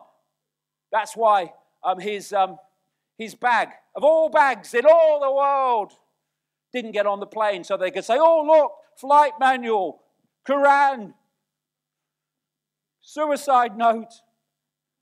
Oh, they'll give them anything. They'll believe anything. And this is Aaron Russo, an award-winning film producer. He worked on Trading Places with Eddie Murphy. And before he died of cancer, he talked about a meeting he had with this guy, Nick Rockefeller, who was trying to recruit him into one of those organizations, one of those cusp organizations I mentioned earlier, the Council on Foreign Relations. And this was 1 year before 9/11. And this is what Russo said Rockefeller told him. There would be an event that would lead to the invasion of Afghanistan and Iraq to take over the oil fields and establish a base in the Middle East. Russo would see soldiers looking in caves in Afghanistan and Pakistan for Osama bin Laden. There would be an endless war on terror where there's no real enemy. The whole thing would be a giant hoax. The people have to be ruled, he said, and the population reduced by at least half. And he talked of the plan for microchipping the serfs. And you always have a compliant, unquestioning, pathetic excuse for a mainstream media who will always play their part in demonizing the next target, preparing for invasion and removal. In Alice in Wonderland and the World Trade Center disaster and the Global Conspiracy Guide, I take 9/11 absolutely apart. Child could do it. Now here's our first quote from 1969, Dr. Richard Day. At that event where he spoke, there was one doctor called Lawrence Donegan who did take notes and later did interviews about what Day said when Donegan realized that what he'd said was happening. And this is what Richard Day said in 1969. There was a discussion, Dr. Donegan said, of terrorism. Terrorism would be used widely in Europe and in other parts of the world. Terrorism at that time was thought not to be necessary in the United States, but it could become necessary if the United States did not move rapidly enough into accepting the new system. Truth cannot be silenced forever. 9/11 was an inside job simply to trigger the sequence of events that we're still seeing unfold. Now, they have their 9/11, they have their problem, and the solution was picking off the countries on the list from September 2000. First of all, they go into Afghanistan and then Iraq. And Iraq, you had Tony Blair in Britain and Boy George Bush in America. And we now know, some of us said it at the time, wrote it at the time, they lied to us, lied for those that control them, about weapons of mass destruction in Iraq. Why? Because the list said, invade Iraq, remove Saddam Hussein. There was no reason to do it at that time, so they made one up. It is that simple. And let us not forget, mainstream media who ridicule anyone who even questions 9/11, that the very same people, not the same agencies, the same people that told us there were weapons of mass destruction in Iraq to justify a catastrophic war and all that's followed, were the same people that told us the official story of 9/11. And yet they accept one, they were lied to now, but still accept 100% what the same people told them about that pivotal event in the transformation of human society. So, Iraq down, now Libya. Now, note, by the time Libya, another one on the list, is ticked off, Bush is gone. Now it's Obama, a Democrat, the other party. Blair's gone. Now it's David Cameron, a conservative, and the other party. And Clinton's in there. But they're picking off the same list. Why? Because that force that controls whoever's in power is driving the whole thing. And so you had this situation where they said that Gaddafi was killing his own people, so to protect them from violence, they bombed them from the air and destroyed the place, turned it into the Stone Age. It's kind of crazy now. Talk to people who've been there, it's unbelievable. It's just mass violence. So what did they do? This is how they do it. They fund and arm freedom fighters, and they attack the regime, in this case, Gaddafi. At this point, politicians in the West, Western media, when the target regime, in this case Gaddafi, starts shooting back, they can't get to a microphone quick enough. He's killing his own people! So send the boys in. And that's how it works. And then Libya down, Syria, and they played the same game there exactly. But a spanner's been thrown in the works to that, as I'll come to. So this is former French Minister for Foreign Affairs, Roland Dumas, on French television, talking about Syria. He said, I'm going to tell you something. I was in England, no, not America, England, one of the major centers of global manipulation, Britain. I'm going to tell you something. I was in England 2 days before the violence in Syria, 2 years rather, before the violence in Syria, on other business. I met with top British officials who confessed to me that they were preparing something in Syria. This was in Britain, not in America.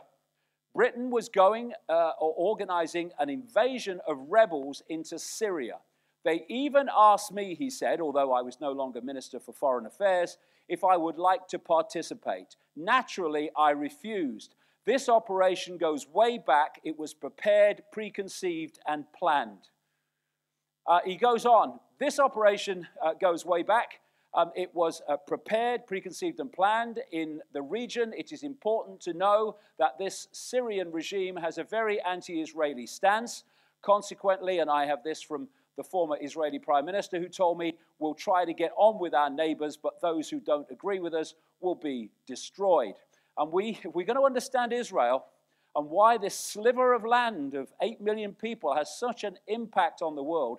We have to understand that actually it's just a fiefdom of the Rothschilds. Israeli people living in Israel, they're just pawns to these people and don't realize. Just a fiefdom of the Rothschilds. And the idea all along was to take Palestine and get the Palestinians out, take the whole place over, all orchestrated from the start by the House of Rothschild, still being done so. And this week, those of us who have said over the years, the plan from the start was to rid the land of Palestinians. They don't want a solution. And this week, a document was declassified from the time of the Six-Day War in 1967, soon after, which reveals in official documents the strategy all along has been to suffocate the Gaza Strip and get rid of Palestinians out of Palestine. And with Trump in power, he gets what the hell he likes. And it's interesting that a leaked email sent by Colin Powell, who was Secretary of State at the time of 9/11, it was leaked, an email from March 2015. And Powell revealed that Israel has 200 nuclear weapons. And apparently all of them, he said, have been aimed at Iran. This is a nuclear weapons program that Israel won't admit to, and America, as part of official policy, does not ask about. So, if you're going to keep invading countries, your target countries, like Iraq, etc., then people are going to go, hold on a second. What do they keep invading countries for? So you do it in a way that gets people in that country to get rid of the regime for you, but under your control. And this is what the Arab Spring was all about. This guy, George Soros, operates a network globally called the Open Society Foundations. Their specialization is manipulating revolutions, particularly ones given the name of a color, and the revolutions of the people, it's called, like Arab Spring. And very recently, it was announced that he had transferred $18 billion to this Open Society Foundation network. So obviously, there's an enormous plan unfolding, or plan to unfold ahead, using that network which he controls. And as well as the Soros network, which cannot be overestimated in its influence, more about him as we go along, there is this document from US Special Forces Unconventional Warfare Strategy, November the 30th, 2010. This is just before the Arab Spring started in Tunisia, and it describes their plan exactly as it unfolded.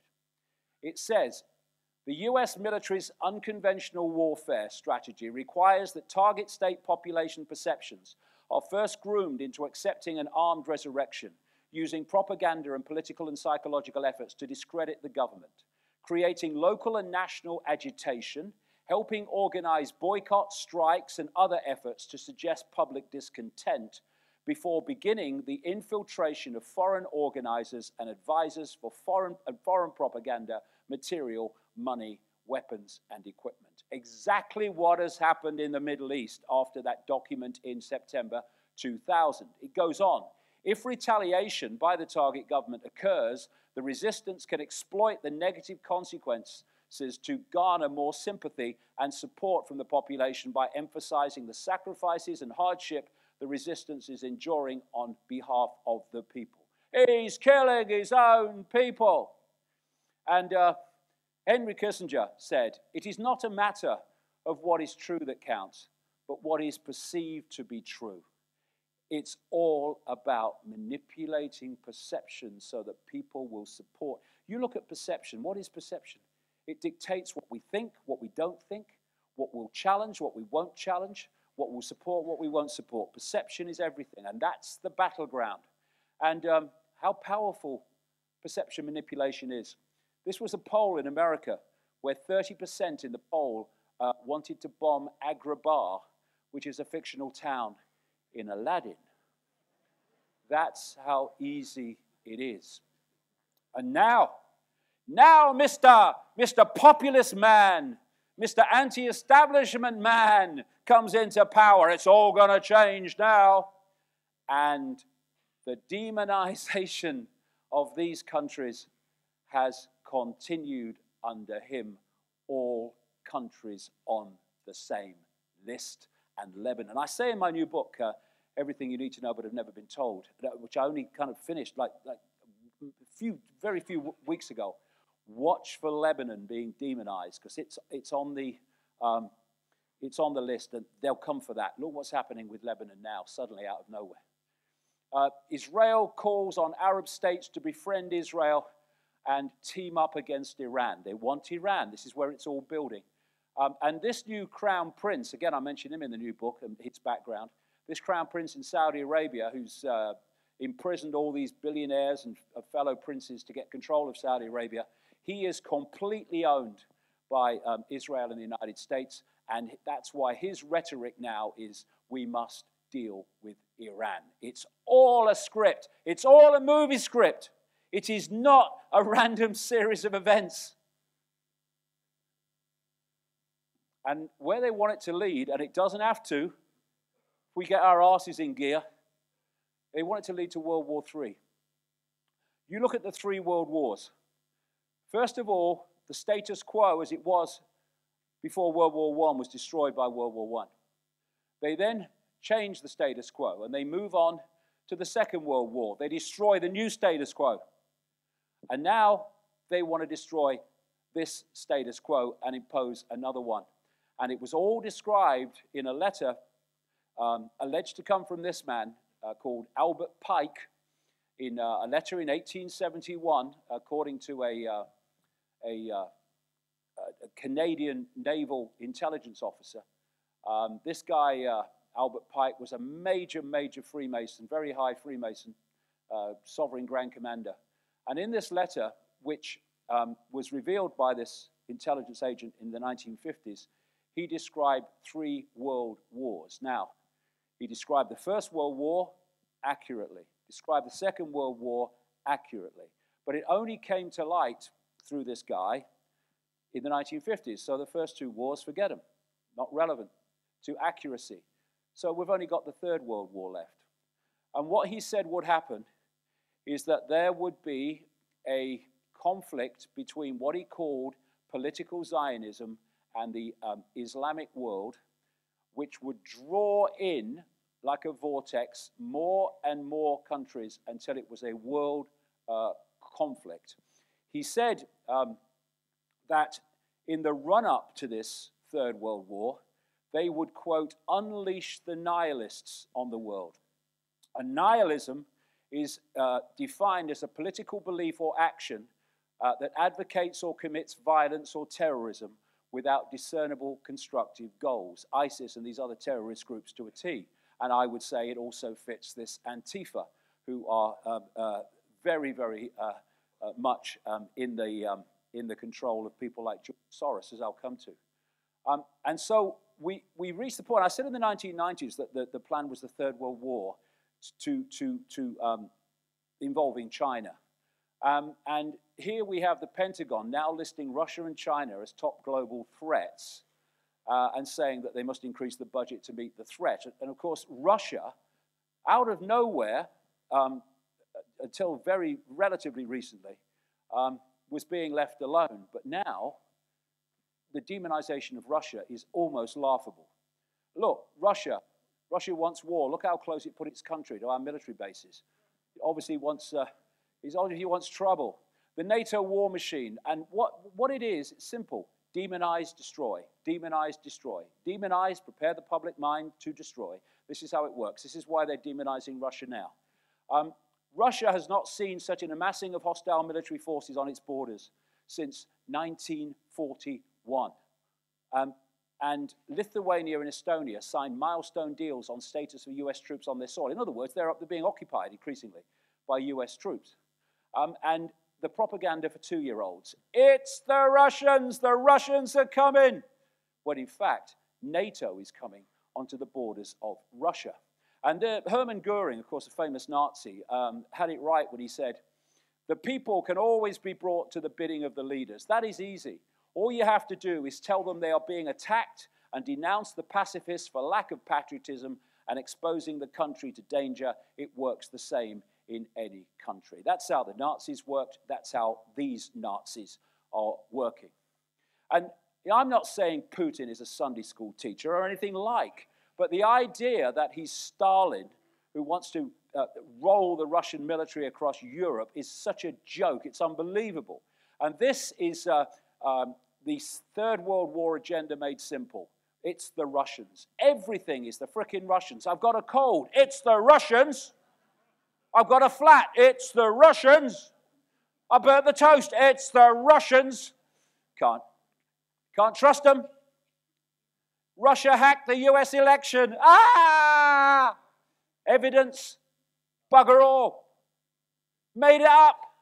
These are declassified files that have just come out, which are involved from 1962 again, this guy Lemnitzer of Operation Northwoods, and they are plans to fake a Russian attack, blame it on the Soviet Union to justify a war.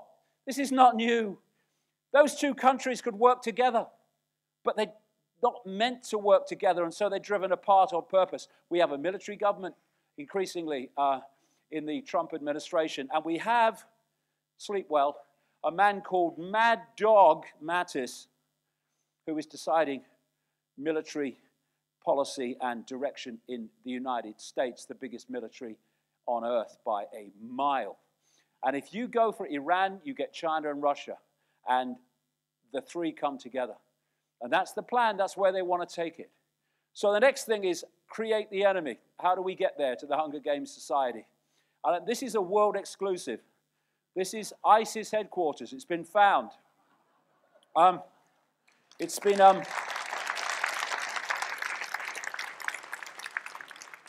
because you have to create an enemy. Now, what we call ISIS and all these other groups came out of the Pentagon through the Mujahideen and the Taliban in Afghanistan, through Al-Qaeda, through to Islamic State, Boko Haram in Africa as well. Zbigniew Brzezinski talked to the media in France, it's a news magazine, some years ago now, and he admitted that when he was National Security Advisor to President Jimmy Carter, they funded into existence something called the Mujahideen in Afghanistan, specifically to attack the Soviet satellite regime in Kabul, Afghanistan, to force the Soviet Union to invade Afghanistan, and in his words, give the Soviet Union their Vietnam. It cost 1 million Afghan lives, but these guys don't give a damn. And from the Mujahideen became morphed into the Taliban, which morphed into Al-Qaeda. And the former British Foreign Minister, a guy called Robin Cook, said just before he died of a heart attack out of nowhere that Al-Qaeda means the base or the database, because Al-Qaeda was created from the database by the CIA in America, from the database of Mujahideen fighters that they had on the database to fight against the Russians. This is how it works. You've got the hidden hand in the shadows coming down through secret societies, through military intelligence, through terror group leaders, and then you've got the rank and file terrorists who haven't got a fricking clue why they're doing what they're doing, or what the ultimate masters are. They are basically idiots, programmed idiots, very dangerous and deeply, not just misguided, but crazy, lunatic idiots, but idiots all the same. It's not coming from them. This is a guy called Saeed Ramzi. It's not his real name for obvious reasons. He was an undercover reporter for French TV, and he infiltrated a cell of terrorists in Europe who were supposed to be carrying out terrorist attacks in Europe. And this is what he said. The militants had very little understanding of Islam. They were fast food jihadis. One of the main lessons was that I never saw any Islam in this affair. No will to improve the world, only lost, frustrated, suicidal, easily manipulated youths who had been promised a palace, a winged horse of gold and rubies in the afterlife if they would take part in these terrorist attacks and suicide bombings. And what we're looking at is not Islam. We're looking at something called Wahhabism, which is the creation of, as I explain in some detail in this new book, the creation of the British Empire and the House of Saud. This is why the House of Saud was the immediate creator, with Western money as well, and aid and weapons, of ISIS. And if you look at ISIS and Saudi Arabia and how they work, the only difference between the two is ISIS is perceived as a US enemy and Saudi Arabia is perceived, shockingly, as a US ally. Everything else is the same, including beheading people. And declassified Pentagon report, US created ISIL as a tool against Assad. Create the enemy, then you can get the excuse to go into a country. US effectively siding with Al-Qaeda in desire to get rid of Assad, former UK ambassador to Syria. Merchants of death, Obama, Clinton run weapons to ISIS from Libya, say intelligence documents. Hacked emails prove Hillary armed jihadis in Syria, including ISIS. And this guy was about to go into court on charges of supplying weapons to Libyan rebels. And before he went into court, he said, if I go in the witness box, I'm going to reveal Hillary Clinton's part in it. She was Secretary of State, of course. And they let him go and drop the charges, and off he went to go on with his life. Huge stash of US-made weapons found in ISIS-controlled territory in Syria on purpose. This is an organization called Action on Armed Violence.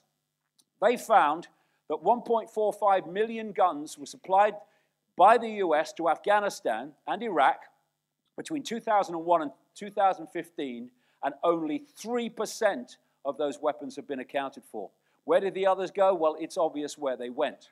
These are the flags of the real ISIS, created to justify all that's gone on in the Middle East, create the enemy and justify a war and a conflict. But this guy came in, Putin and the Russian Air Force, and they threw a spanner in the works. All these militaries were getting nowhere. ISIS was continuing to head to Damascus. He comes in, or the Russian military come in the Air Force, supporting the Assad military, and suddenly ISIS starts getting swept back. Why? Because they weren't frickin' trying, that's why. And as the Russians have removed ISIS from most of Syria, they're still trying to justify getting rid of Assad through military means by lying about the use of chemical weapons on his own people, when there's absolutely no need and every need for him not to do that, given that he would know he was giving them an excuse to do what he knows they want to do. And then we have the White Helmets, who are a West-funded, EU-funded, British Foreign Office-funded front organization who have put out these pictures like here. They're looking after children who were hit by a sarin attack. And as experts in sarin have said from various countries, if they were dealing with people in a sarin attack with that protection, they would all have been dead in next to no time. It's all a hoax to problem, reaction, solution, Assad out of Syria. And long term, going back 30 years, Israel has had a plan to break up the Middle East, balkanize the Middle East into smaller units to allow them to have more control and to introduce what they call the Greater Israel, which is massively bigger than the present one. And now we're having these various elements that have taken over parts of Syria that are not part of the Assad regime, who are now saying we're not going to hand over that land to Assad, and so Syria is in danger of being balkanized. So this Greater Israel project, 30 years at least, it goes back further, but 30 years we've known about it anyway, is what the plan is, to balkanize the Middle East, as in the Balkans after the former Yugoslavia fell. And this is the other point of targeting Russia, Ukraine.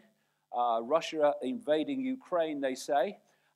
Well, the coup in Ukraine that got rid of that Yanukovych again and put someone else in was orchestrated by this lady, Victoria Nuland.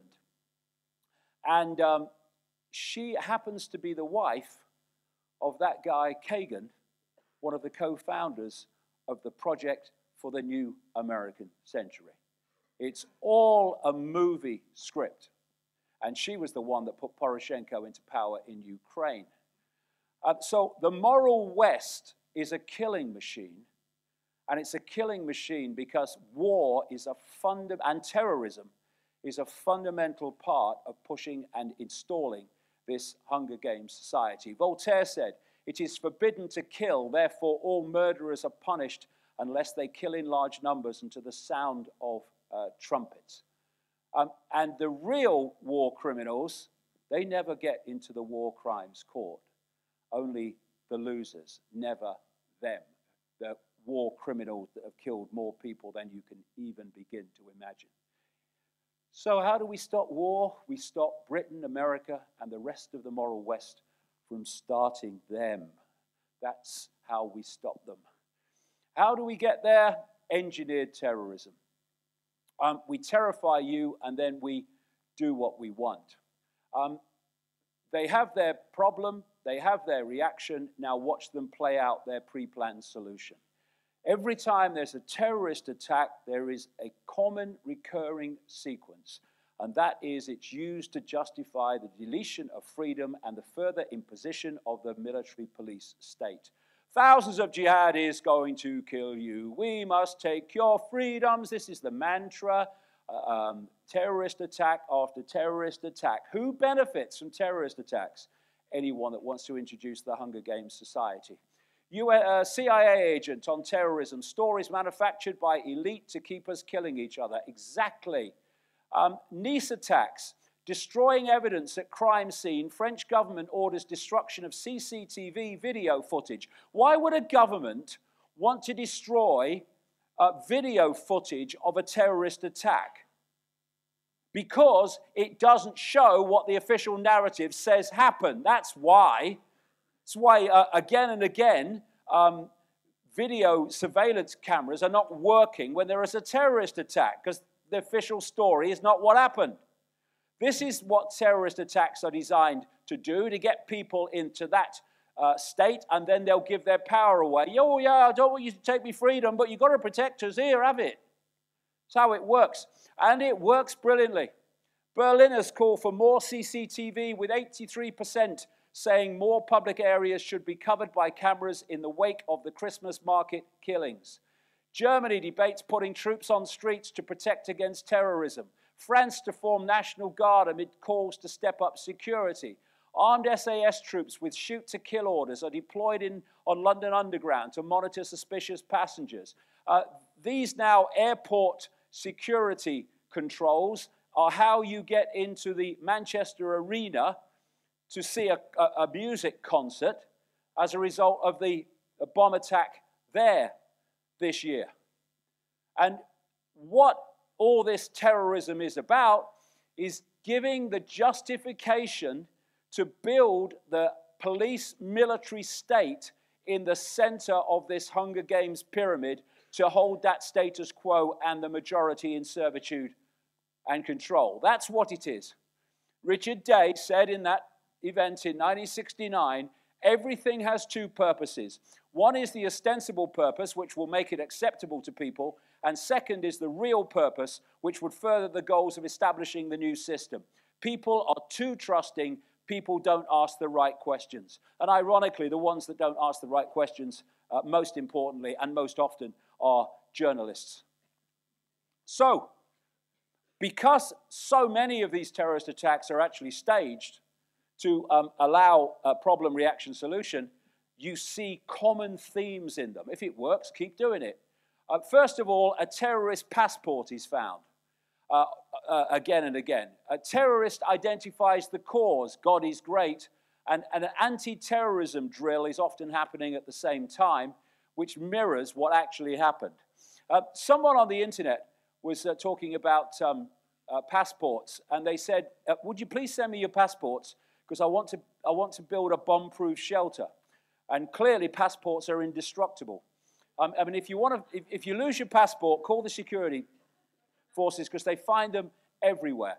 I was watching the BBC News. I was watching the BBC News after the September the 11th, a few days afterwards, and a BBC newsreader told me, without laughing, that the FBI, New York police, had found a passport from one of the hijackers that had come out one of the planes. Her name was Fiona Bruce. I thought she was going to laugh in a minute. She never did. And what they said was, there's a place right next to Ground Zero called Vesey Street, and they found the passport there. I mean, was it singed? I mean, fireball, paper passport. I think there's some law of physics in there somewhere. During the London bombings known as 7/7 in 2005, there was a guy on a tube train with a backpack who's supposed to have blown himself to pieces. They found his passport and his mobile phone insurance in the backpack. But just before they found it in the tube, they just happened to have raided his house and gone through it. Paris as well, passport. Ah, they got a passport. Is them Arabs? Is them Islams? Then there's the drill, the miracle drill, which is happening at the same time as the real thing is happening. How many people, well, many people in this room maybe, but in general, realize that on the morning of September the 11th, of all the mornings in all the years in all the world, that there were a stream of exercises going on in the skies over the eastern seaboard where the 9/11 planes were, that were planned long before, and they were exercises practicing scenarios for planes being hijacked, including one scenario which was that the plane would be flown into a building in Washington, D.C. I've seen the logs from the morning from an organization called NORAD, which is supposed to protect America from the skies, attacks from the skies and things like these hijackings. And as the reports of the real 9/11 planes came in, it was clear NORAD staff were totally confused. They were saying things like, is this real or is this exercise? And because all these planes were taking part in the exercise, they weren't in the positions they normally would have been at that morning, which is why they took so long to react to the planes and everything that happened before they arrived. It was a total scam, and Dick Cheney was massively involved on one level with it. Boston Marathon, there was a drill going on that mirrored what happened when that went on. Same in Paris, and a stream of mass shootings in America. Again and again, the FBI has been found out being involved in people planning terrorist attacks, even encouraging those attacks, again and again. Look at this thing. Have you seen this joke of an official narrative in Las Vegas over this shooting? It started changing by the hour. And here we have a classic, as I mentioned earlier. 2001, 9/11, 85 surveillance cameras failed to capture even 1 second of a video of a Boeing 757 crashing into the Pentagon. 2017, 2,000 surveillance cameras, actually more, failed to capture even 1 second of a man carrying 47 guns, ammo, cameras, and 2 shooting platforms into that hotel room. Joke! It's all a perception deception. We want video cameras everywhere except when we're doing something. Okay, how do we get there? World Army Police State. This is the American military budget, and it's bigger than all those countries put together, because the American military is the military of the web. They all are, but particularly the American military. That's why it does what it does. The US military is in 147 countries and taking over the world by claiming to save it, and it has arrogantly, for reasons I'll come to in a sec, broken up the world into a series of comms or commands, all controlled and parts of the American military global reach. And the reason that's been done is not actually for the American military. This is the structure being created for the World Army structure, which is planned to take over, and the American military will then be part of that. And that's why it's being done. North Atlantic Terrorist Organization, NATO, and these other things like the European Army they're planning, which I talked about in the 1990s, etc., the UN peacekeeping operation, that's planned to be all merged into a world army to impose the will of the world government. And I said earlier that it's planned to be a military police operation. Everything the same organization. And that's one of the reasons why the police are looking more and more and more like the military all the time. In America, through something called the 1033 program, where the Pentagon gives military equipment to even local police forces, police officers are going around in tanks in America. Militarization of the police out of control, that's what it's planned to be. Armed forces will patrol streets in armored vehicles to protect Britons from ISIS attacks over Bank Holiday weekend. This is how it's being used. We're seeing this military police force coming in, of course now increasingly from the air with drones, and laws against everything so that more and more control can be imposed through more and more laws. Border Patrol launches program to scan the face of every person leaving US. This is how many kids in parts of America go to school, through airport surveillance and security. And what that's doing, and why they are putting cameras all over schools, why they are putting fingerprint recognition technology in schools to get library books, why they are putting this surveillance technology in schools under the excuse of protecting children is nothing to do with that. It's programming the children's minds to accept constant total control for the rest of their lives in wider society as the normal, how things are. You know, when you come into this world, you tend to think, well, this is how things are when you come into the world. So I'm 65 now. I know I don't look it, but I'm 65 now. And therefore, I was born in 1952. I remember when this world was very different. I have a compass because of that to see how things have changed. You're born into this now. This is your normal. And that's the plan, to make this mass surveillance just normal. And this fantastic scale of surveillance now, in every area of our lives, fine detail, that is just for terrorism. You're having a laugh.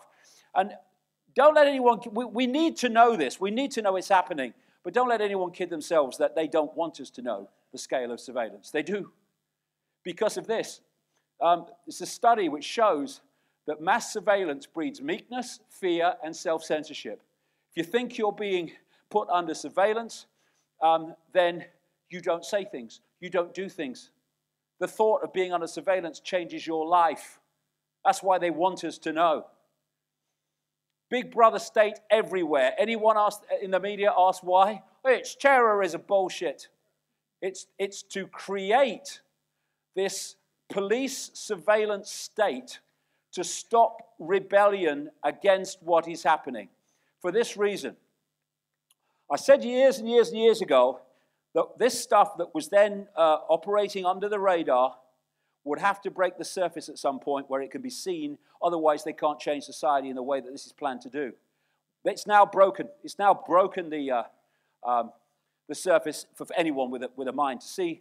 And they have a period of time before they lock everything down where they're in the open.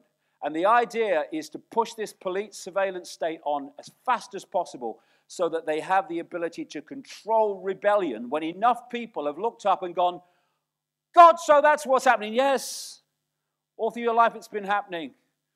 And they want to stop that by having this surveillance state in place. And if anyone wants to know, or get a glimpse of what this military police state is supposed to be like, then just remember what happened in Catalonia to the Catalans when they were attacked by the police in the most extraordinary ways while they were simply standing there waiting to cast their vote.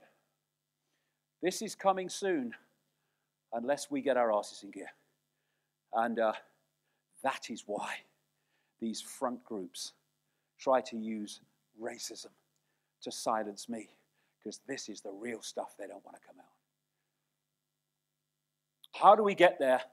Globalization and centralization. When there's a few of you and you want to control the many, then you have to constantly centralize decision-making. The more you centralize decision-making, the more power the few have over the many. And this is why the centralization of global power has been incessant and goes on being incessant. Globalism, this is what they want us to think it is, everyone coming together. This is what it really is, handing power to the tiny few over everyone else. And they're doing it through a process which is very much connected to problem, reaction, solution, that I call the totalitarian tiptoe. This means you start at A and you know you're going to Z, a full-blown Orwellian fascist global state. But if you go in too big a leaps, the change is so obvious, people will look up from the game show and the sport and say, what's going on? So what you do is you go as fast as you can, but not so fast that you alert too many people to the pattern. You are promoting every step as unconnected to the other steps. and I call it the totalitarian tiptoe. And what they want is this structure with these super states under the top structure of the world government. And these are being brought about, like everything else, through the totalitarian tiptoe.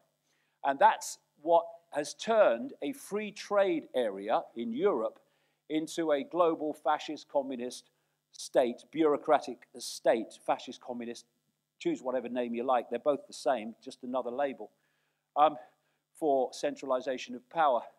And this is Jean Monnet, one of the founding fathers of the EU, or a founding father, the founding father in many ways of what became the EU, and a Rothschild frontman. He said this in a letter to a friend the day after I was born, 65 years ago. Europe's, when they were saying it's just a free trade area, nothing to worry about, good for jobs. Europe's nations should be guided towards the superstate without their people understanding what is happening. This can be accomplished by successive steps, each disguised as having an economic purpose, but which will eventually and irreversibly lead to federation, totalitarian tiptoe. And this week, it's come out in a secret British government document locked away for 30 years to show how this man, a paedophile and Satanist, by the way, Edward Heath, Prime Minister who signed us into what became the EU, he and his mates lied and lied up to the British people about the consequences of entering the common market when they knew exactly where it was meant to lead. So this is the European Union, democracy in action. Give them a parliament with no power and we can call it a democracy when the dark suits in Brussels control it all. And this is the relationship between countries and Britain and the EU, there you go. And that's why the majority of people in the referendum, Brexit, voted to come out. Now the empire strikes back. The political class in Britain and the political class in Brussels and the political classes throughout the countries of Europe are trying to stop Brexit happening, or at least dilute it to the extent that it's not worth happening in the first place. And ironically, many of the people, the mindset known as progressive, I'll come to that later, who go on marches now saying we must stay in the EU, are the same people, many of them, who go on marches against globalization and against trade agreements giving massive power to centralized power in the hands of corporations. And they're so bewildered, they don't realize that the centralization of power in the EU and the centralization of power we call globalization are aspects of the same agenda for total globalization of power. And the corporations increasingly are running the world, not governments, and this web controls the corporations. 100 biggest economies in the world now, 51 are corporations, only 49 are countries. Top 200 corporations, bigger than 182 countries combined. 147 corporations account for 40% of global trade. And everywhere I go, small business and middling business, even much bigger business that are not giant corporations, are complaining that they are being destroyed and demolished by red tape and regulation that they have to deal with just to run a business. That is not an accident. Small and medium business, even bigger businesses, like I say, are being targeted for destruction because in the world of the Hunger Games society, only giant corporations controlled by the same force will be selling, making everything. And that is happening in front of our eyes now in the retail world, and it's called Amazon. $1 in every 2 in the United States online goes to Amazon. Now, interdependence, loss of dependence. The reason for centralization of power, not least in Europe, is to take control of communities away from them so there's no self-sufficiency, there's no ability to decide what happens in their own area because it's all being dictated over here. And the only people that have control of everything are those that control the system. Everyone else within the system is dependent on elsewhere and others in the system, and that's what this is all about, the interdependence through loss of independence. And in the Hunger Games Society movie series, they broke up the country into various areas which specialized in various specializations of production or agriculture or whatever. And then in the capital, that's where what I would call now the 1% or less than 1% lived, and everyone else was in servitude, specializing in these various things. And that's how they stitched the world up. That is just a metaphor for the world of the Hunger Games Society. Richard Day revealed it all in 1969. The stated plan was that different parts of the world would be assigned different roles of industry and commerce in a unified global system. The continued preeminence of the United States and the relative independence and self-sufficiency of the United States would have to be changed. And that is what has happened ever since, and that's what outsourcing to poor countries and China and all the rest of it has been about. Now, I said earlier about the world of regions. They don't want nation states. All these social engineering wish lists, they invariably include not just the breakup of the family, but the end of nation states.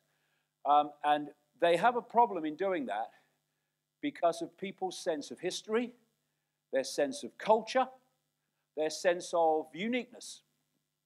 And I love all that. When I go around the world, it's just so sad when you see things all becoming the same.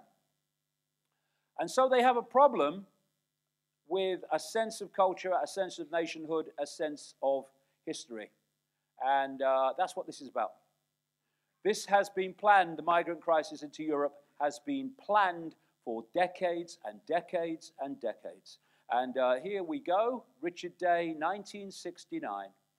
There would be mass movements and migrations of people without roots in their new locations because traditions are easier to change in a place where there are a lot of transplanted people as compared to trying to change traditions in a place where people grew up and had an extended family where they had roots. That is what is happening. And they want us to see everything in black and white, in pieces and not dots. Them and us, bad guys and good guys. What's actually happening is the migrants coming in large numbers and the indigenous population are being played off against each other, pawns in the same game, and the same hands are holding the strings of both. Now, for reasons I'll come to in part 3, and there is a reason, this network of families and secret societies that are driving this, at one level anyway, it goes much deeper than them, they have an inability to feel what we would call human emotion. They do not have this key fail-safe mechanism of human behavior, empathy, being able to put yourself in the position of someone else and their feelings. But they know the target population has, or much of it has, and they manipulate emotion mercilessly because they know that that is a very powerful weapon. Now, so many young children and children in general have lost their lives trying to get across the Mediterranean, trying to get into Europe, from countries that have been devastated by the same people orchestrating the migrant crisis. Just dominoes falling, they knew what would happen. But they picked this one, this little boy found on the beach of Turkey, who was trying with his family to get across the Med to Europe and then on into Canada.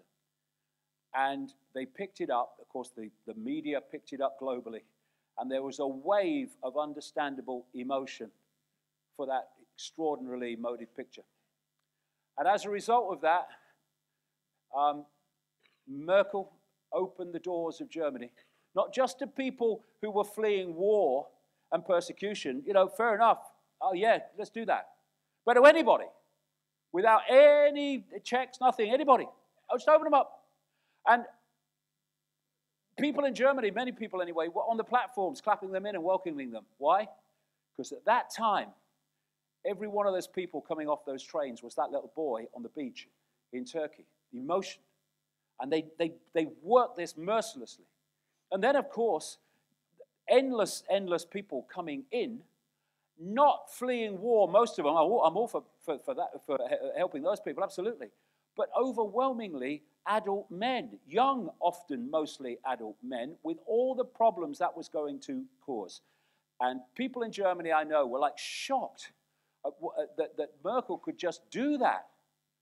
Why would she do it? Because Angela Merkel is controlled by this web to her DNA and her fingertips. She is serving this, not the people of Germany, just like the people in Britain are serving the same web and not the people of Britain. And therefore, she does what the agenda wants, not what is good for Germany, not what is good for harmony in Germany or any of those things. And that's why she did it. And here he is again.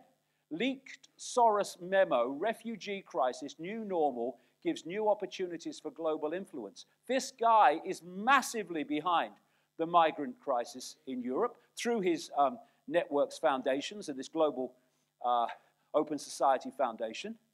And in the new book, Everything You Need to Know But Have Never Been Told, I expose this in some detail because it's important to know.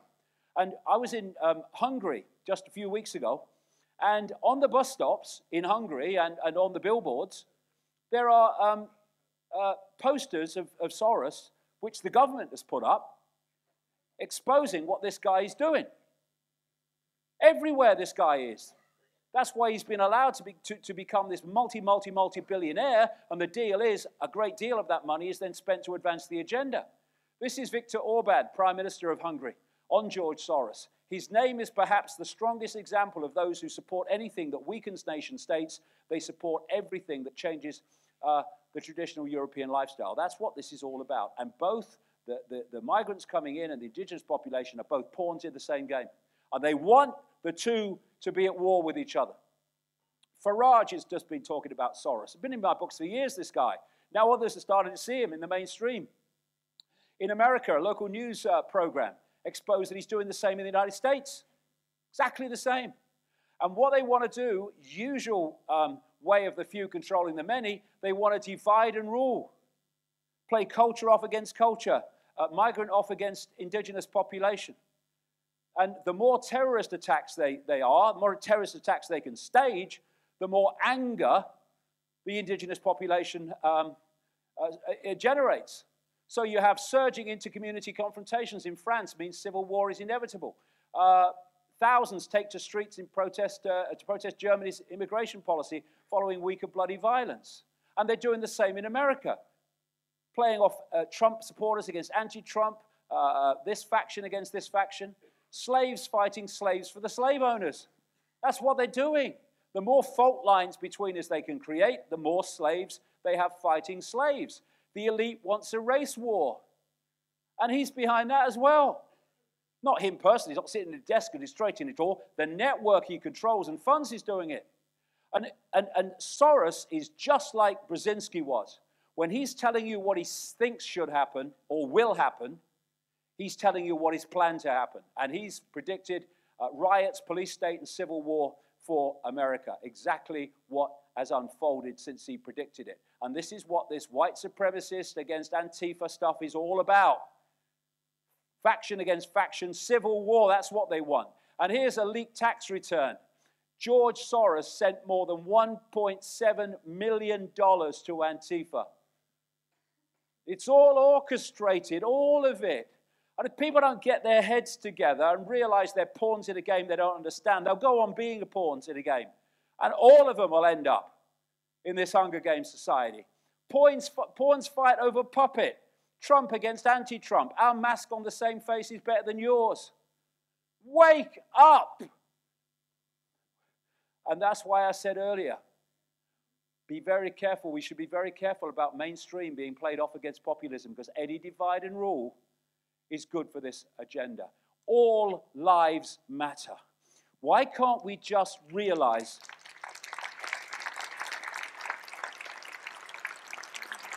I'll get into this in part two. Part two for me is just about the most important part of what we need to know. But we are awareness having an experience. We are a point of attention with infinite awareness having different experiences. We call them races. We call them belief systems. We call them religions. We call them income brackets, but they're experiences.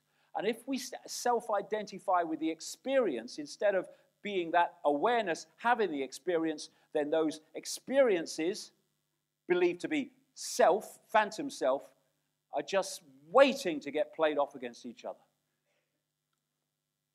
How do we get there? Create and control money. Massive one.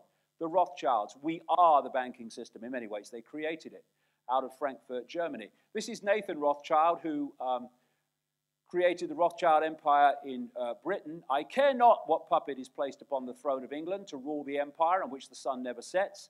The man who controls Britain's money supply controls the British Empire, and I control the British money supply. Control the world money supply, and you control the world. Give a man a gun, and he can rob a bank. Give a man a bank, and he can rob the world. Give the man the banking system, and he'll run the world. And the banking system is controlled ultimately from the spider and comes out into the scene as individual banks, but in the end it's one bank, controlled by one web. And so you have the IMF, the International Monetary Fund, the European Central Bank, the World Bank, the central banks like the Federal Reserve in America of countries, and they're all controlled by the same web, and they're all operating to the same agenda. That's why they can crash the economy or lift the economy at will, whenever they choose. Now, one of the major vehicles for this is the Bank for International Settlements in Basel, Switzerland. This is a private banking organization made up of the heads of the central banks of the countries of the world, where they meet regularly to orchestrate a common policy through all of them. This policy comes down from the Bank of International Settlements, down through national central banks, why wouldn't it? The heads have decided it, down through government economic policy, and down to the people who have to suffer the consequences. The hidden hand comes down through secret societies, the financial elite, the banking system, government policy, and the people. That's how it works. And it's based on a criminal activity, organized crime, which is lending people money that doesn't exist, called credit, and charging them interest on it. And when you go into a bank and you say, have a loan of 50,000 euros, that bank does not move precious metals anywhere. It doesn't move physical money anywhere. Precious metals, none of it. It types into your account 50,000 euros that has never, does not, and will never exist, called credit. From that moment, you're paying back 50,000 euros plus interest. Now, this is the point. When you take out the loan, the bank creates the loan. It does not create the interest. Thus, there is systematically, on purpose, never ever enough money in circulation, credit, whatever form it takes, to pay back all the outstanding debt and all the principal on the outstanding debt, or the interest, rather, on the outstanding debt. Thus, people losing their homes, their businesses, their land, their possessions, are all written into the fabric of the banking system. And what has happened also is that because the same people, the same web has controlled governments, has controlled the banking system, laws have been passed to allow banks to lend, at least 10 times what it has in deposit, called fractional reserve lending. You don't have to have the money to lend it. So you put a euro in a bank, it can now lend 9, 10 to someone else and charge them interest on it. And it's just credit, it's just figures on the screen, it doesn't exist. And because of this, they've taken the world over. This was a poll of British politicians. 80-odd% of them did not know how money is created. And some of them will be on financial committees making financial decisions. They didn't realize that money is created by banks lending fresh air money called credit that has never, does not, and will never exist except in theory. And because of this, the banking system and those who control it have spent centuries swapping fresh air credit for wealth that does exist, resources, homes, businesses, etc. And in that way, they have stolen the real wealth of the world for handing over fresh air money. And it's still going on. I lost my home. I couldn't pay back money that doesn't exist. Incredible, but true. Billionaire presidency, man of the people. More billionaires in the current American administration than ever before. While there's a war on the homeless. Even laws in America against feeding the homeless. This is the Hunger Games society unfolding in front of our eyes. The idea is to crush the population into subservience. And because they want everybody, this is why they're targeting now what people call the middle class. Middle class in Europe, middle class in America is slightly different, but that's what they're targeting, the middle class. Huge companies are already bleeding the middle class dry, so why do we want to give them tax cuts? Because we want to create the Hunger Games society. And the idea is to make everyone a slave by taking their money and forcing them into this lower level of the Hunger Games society. And one way they plan to do it is this. There's been a development this week, which is another confirmation of what I've been saying for years and years and years and years. Up to relatively recently, last few years, when banks collapsed, as we saw in 2008,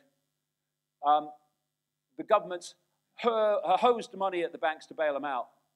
And the people that crashed the banks actually ended up far richer, and the people ended up in austerity because of all the money that had been borrowed by the government, which they have to pay back. But they've moved to something else now. Since 2013, and the banking collapse in Cyprus, they've gone from bailouts to bail-ins. Policy in Europe now, and further afield in the world. This means that when a bank collapses, the governments don't bail them out using the people's money. The banks and the governments go straight to the depositors' bank accounts in those banks and just take the money. That's what happened in Cyprus. A lot of rich people with money in those banks weren't so rich afterwards. Most of it was taken. The bail-in, simple. You change the law so you can go to people's bank accounts and just take the money if there's a banking collapse, and then you instigate a banking collapse. And that is what is planned. And people say money is safe in the bank. No, you're just an unsecured creditor. And here's that development. Up to this point in Europe, if a bank collapses, the government has guaranteed 100,000 euros will be paid back to you in this bail-in and what have you. In Britain, it's 85,000 pounds. This week. The European Central Bank wants to end that. Stop that guarantee and only have discretionary payments by a competent authority on the basis of what it perceives is appropriate amount of your money that they should let you have access to. And the idea is to use the bail-in to steal the money of people who think now that they're okay. And this is a theme. Austria just announced a 54% haircut. That's the jargon for taking the money. A haircut of senior creditors in first bail-in under new European rules. Taxman's plan to covert raids on family bank accounts. Belgian government applies retroactive tax and removes funds from citizens' bank accounts. Australian pensioners and savers have bank accounts raided by the government. This is where we're going. And this is one of the key things that they have in waiting to crash the global economy, and that's something called the derivatives market, which is supposed to be worth trillions of dollars, and is worth probably, a round of drinks, because they sell the same thing over and over again, and each one thinks it actually exists, and it doesn't. It's a fresh air, and when people look down and realize it's fresh air, bang. They want it all. They want it all, and that's why the wealthiest, when I started this world tour in 2016, the world's wealthiest 62 people were worth the same as the poorest half of the world population combined. The latest figures I've seen is down to something in single figures. And they don't pay tax, and people sleep in the streets while they don't pay tax. And this is another key part of what I was talking about earlier. Since the 1990s in my books, I've said the plan is to get rid of cash and have a cashless society, which is fundamentally about freedom. Because if you go into a shop now and you hand over a credit card, which is, money, electronic money, cashless society, in effect, when that computer says, no, it won't accept your card, you can still pay cash. When there's no cash and that computer says it won't accept your card, or microchip as it's planned to be after that, then you've got no means of purchasing apart from barter. And the idea is to make barter illegal on the basis of you can't tax it. This is the plan. But cashless society, oh, it's so convenient. Anyone think they're going to make accepting your own prison inconvenient? So, how do we get there? Global warming, climate change. I'll whip through this as fast as I can. This is another element of it. The global warming hoax, as I would call it, is about finding an excuse to transform global society. And it's about fear again, fear of the end of the world. And here's some global warming activists campaigning for their own enslavement. Because they just don't look at the evidence. They look at part of the evidence. This is Martin Luther King. He said, nothing in all the world is more dangerous than sincere ignorance and conscientious stupidity. And it remains so to this day. And who is behind the progressive movement that is the driving force behind changing the world because of global warming? George Soros and his Open Society Foundations. This is from last year. They had a big event in Washington, D.C. called Democracy Spring, remember, Arab Spring, where they were campaigning against billionaires' involvement in politics. And key organizations that organize that are funded by him, a billionaire manipulating politics. And this is what he said, I am basically there to make money. I cannot and do not look at the social consequences of what I do. So why is Soros one of the major funders of the so-called progressive organizations and movements in Europe and in North America? Because it's a scam. Rockefeller, Ford Foundations behind World Socialist Forum, the corporate funding of social activism. Why do these people want to fund activism? Because of this. If you want to control a game, then if you control one side, you'll influence the game. You control both sides and the referee, you know the outcome before the game starts. That's why they're funding both sides. And progressives, as they're called, non-liberal progressives, need to get their heads around the way that they're being manipulated. So before we get into global warming and all that stuff, this is important. The United Nations, what is it? It's a stalking horse for world government. It's part of the totalitarian tiptoe to a fully blown world government. And it was fundamentally influenced in its creation by the House of Rothschild and in America, the House of Rockefeller. J.D. Rockefeller was very much involved in the creation of the League of Nations, which was the first effort at a global body after World War I. When that didn't quite work, they had another go with the United Nations after World War II.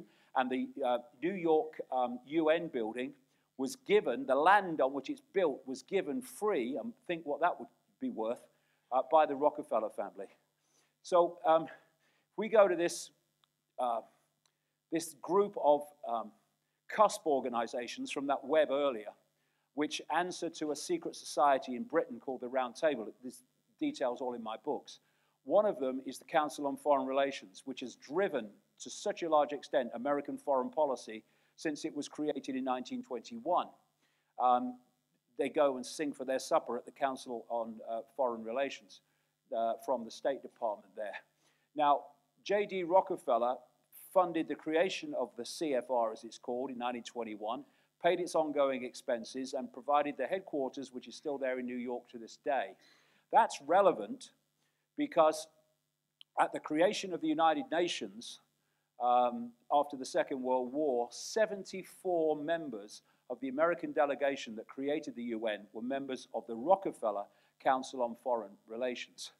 And so there you have the United Nations, a Rockefeller-Rothschild organization, a stalking horse for world government. And the climate change hoax is being driven through the United Nations Intergovernmental Panel on Climate Change, which was headed for a long time by a railway engineer who would have made a greater gift to the world if he'd have gone and mended some trucks or something, or changed some points. And the United Nations is also driving this, Agenda 21, Agenda 2030. These are agendas, they're basically the same agenda, or one's in advance on the other, to transform global society. And one of the major justifications of doing that is the climate change hoax being driven through the same United Nations. These are United Nations climate change officials. This is the first time in the history of mankind that we are setting ourselves the task of intentionally, within a defined period of time, to change the economic development model. Another one, we redistribute de facto the world's wealth by climate policy. It's not about saving the climate, it's about changing human society. And here's another one of those cusp organizations answering to the same secret society as the Council on Foreign Relations, the Club of Rome.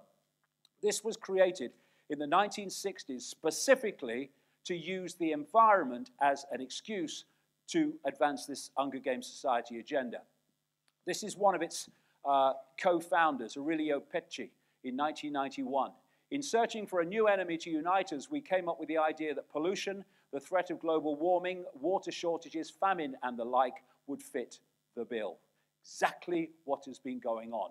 So you have the hidden hand, the spider ultimately, coming down through the secret society and Club of Rome networks, down through government policy, mainstream science, the green groups, and then the people get the consequences as usual on the bottom. Here's the Global Warming Survival Handbook, David de Rothschild, the usual suspects on the stage selling the Webb's policy and propaganda. See, the great thing to remember is it's not the picture that often tells the story, it's the caption.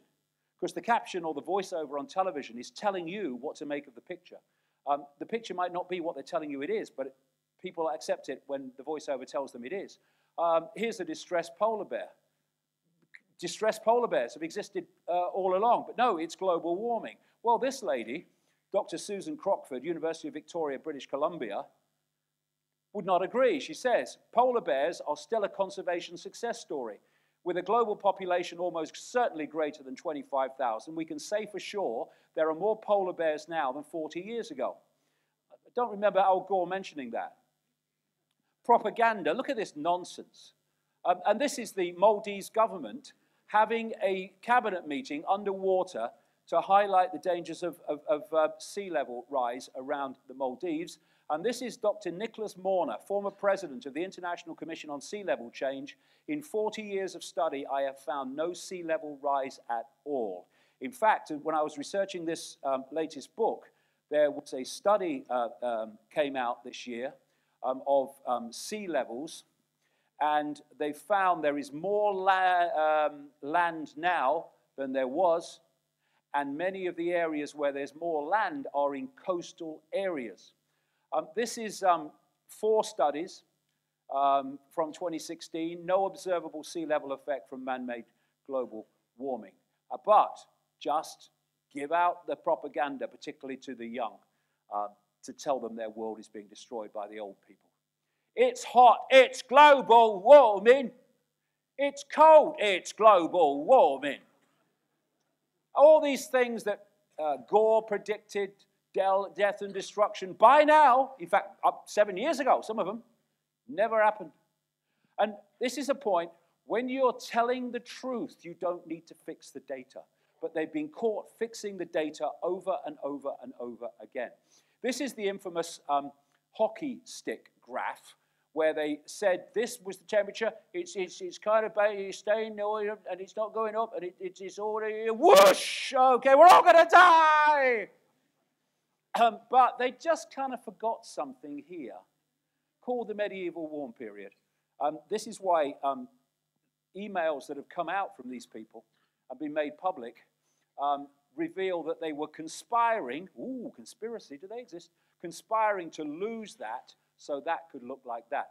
And medieval warm period was a time, 1000 AD and closer to now, which where temperatures were much higher than they are today. And then, I mean, what caused them? Turbocharged handcarts? I mean, what caused that? Well, how did human industrial activity cause the medieval warm period? I'll get to what caused it in a minute. So then it comes down into what's called the Little Ice Age, when temperatures absolutely plummeted. And then it started to rise and come up into the, through the 1900s.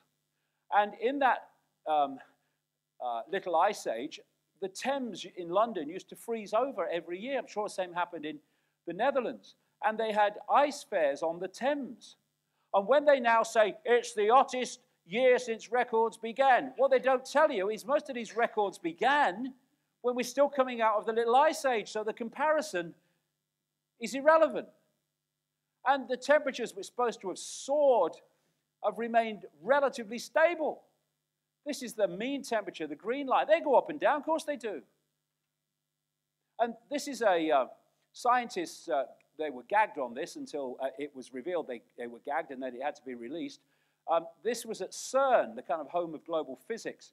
And they, in one of their studies, they found there was a very close correlation between the impact of cosmic rays and Earth temperature, which kind of means it's a sensational finding. It's absolutely sensational. What it means is that the sun affects temperature. Gee, I'm sorry I didn't go to university because they worked it out. The sun affects temperature. Of course it does. Have you ever seen a climate change scientist talk about the sun's impact on temperature? Climate change myth smashed as scientists confirm solar activity is a significant driver of the Earth's climate. You don't bloody say. There you go, Al Gore, the truth at last. This is what changes temperature, or at least massively influential on it. Here, George Carlin, the planet is fine, the people are fucked. That's about right. About right. Now, this is a graph of greenhouse gases, and that, of course, is CO2. That's carbon dioxide. It has to be. With all the propaganda, it has to be. But it's not. This is CO2, and only the red sliver, because this is three-dimensional, the only red sliver is caused by human activity. The rest is natural. This is water vapor and clouds. I think we ought to ban them. Or at least tax them. Tax clouds and condensation. Tax it. It's a nonsense, and that's why you can do a coach and horses through the official story. Why do so many scientists cling on to this, this nonsense?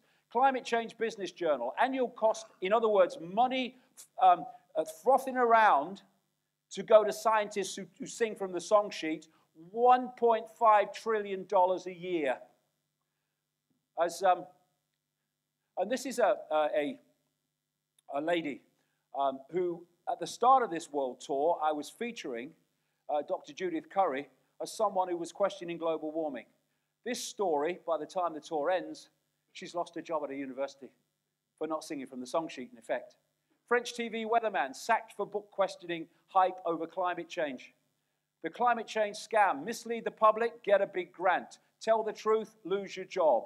That's why the song sheet is so widely circulated. And this guy, Upton Sinclair, said, it is difficult to get a man to understand something when his salary depends upon his not understanding it. 97% of climate scientists agree humans are causing global warming. Lie. Even the Wall Street Journal has exposed that myth. But just keep repeating it. This is an Empress professor, University of Manchester, with a long history in these various areas of science, including NASA, a man called Professor Leslie Woodcock, and he says this: water is a much more powerful greenhouse gas, and there is 20 times more of it in our atmosphere, around 1% of the atmosphere, whereas CO2 is only 0.04%. Carbon dioxide has been made out to be some kind of toxic gas, but the truth is that it's the gas of life. We breathe it out, plants breathe it in, and it's not caused by us. Global warming is nonsense. This is a man in Australia, David Evans, full-time or part-time consultant for 11 years, with the Australian Greenhouse Office, now the Department of Climate Change, who believed it to start with, and now says this: the debate about global warming has reached crazy proportions. The theory was based on a guess that was proved false by empirical evidence during the 1990s, but the gravy train was too big, with too many jobs, industries, trading profits, political careers, and that this is the key, and the possibility of world government and total control riding on the outcome. We have to have world government to dictate to every country to save the planet from climate change disaster. That's the scam. That's the narrative. Evans said that the governments and their tame climate scientists now outrageously maintain the fiction that carbon dioxide is a dangerous pollutant, rather than admit they were wrong even when the evidence is overwhelming. James Lovelock, godfather of the Green movement in Britain, said, we're all going to die. Now he said, actually, I've looked at it, and it's a religion, and it's bunk. Creator of the Weather Channel, John Coleman, global warming is a nonsense. And notice the language. Scientists who support the climate change lie are scientists and climate experts. Scientists who expose the lie are skeptics and deniers. Straight off the books of, or the pages of 1984. Greenhouse fracking, however, is no problem, even though it emits large quantities of greenhouse gases. That would seem to be a contradiction, but it's not. What brings them together is what suits the agenda good, what doesn't suit the agenda bad. And so belief in global warming is good for the agenda, and fracking, for reasons I go into in the books, is good for the agenda. And so you have an apparent contradiction, which isn't, because what's good for the agenda is what connects the two of them. And Nikola Tesla, a real scientist, who understood so much more about reality, as we'll see in part 2. He said, the electricity to power human society is all around us. We live in a seething mass of electricity and electromagnetism, which I'll explain in part 2, which can be tapped for power without use of fossil fuels.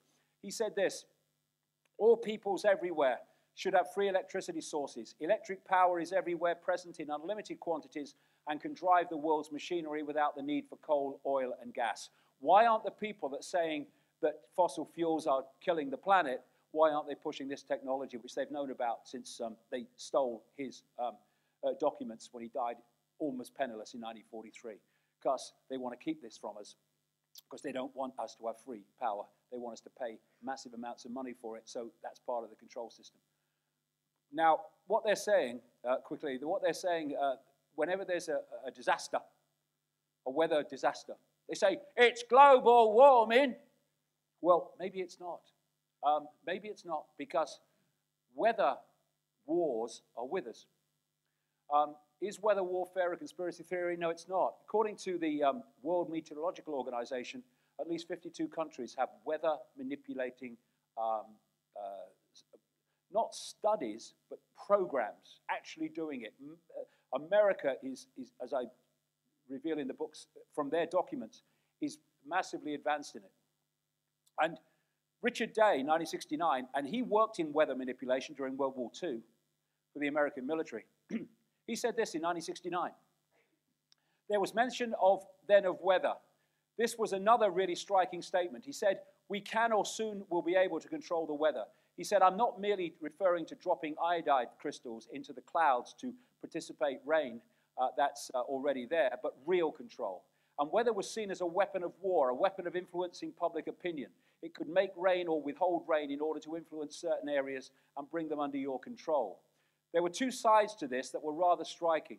He said, on one hand, you can make drought during the growing season so that nothing will grow. And on the other hand, you can make for very heavy rains during harvest season so the fields are too muddy to bring in the harvest. And indeed, one might be able to do both. There was no statement about how this was be done. It was either stated it was already possible or very, very close to being possible in 1969. It's massively possible and advanced now. And things like Hurricane Harvey, they can be, I'm not saying it was, but they can be technologically created with the technology they have now. How do we get there? Agenda 21, 2030. Okay, you've got your problem. We must save the planet from climate change. And so here's your solution. the United Nations agendas, same as climate change, Agenda 21, 2030. These are agendas which have been signed up to by countries all over the world to transform global society. This is from their own documents, the wish list of Agenda 21, which was formed and agreed at the 1992 Earth Summit in Rio de Janeiro, Brazil, fronted up by the Rockefeller family, the Rothschilds, and others working for them. This demands an end to national sovereignty. Everywhere you see that. State planning and management of all land resources, ecosystems, deserts, forests, mountains, oceans, and fresh water. Agriculture, rural development, biotechnology, and ensuring equity equals slavery.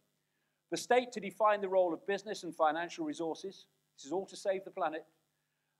Abolition of private property. It's not sustainable, apparently, except for the elite. Restructuring the family unit. Here we go.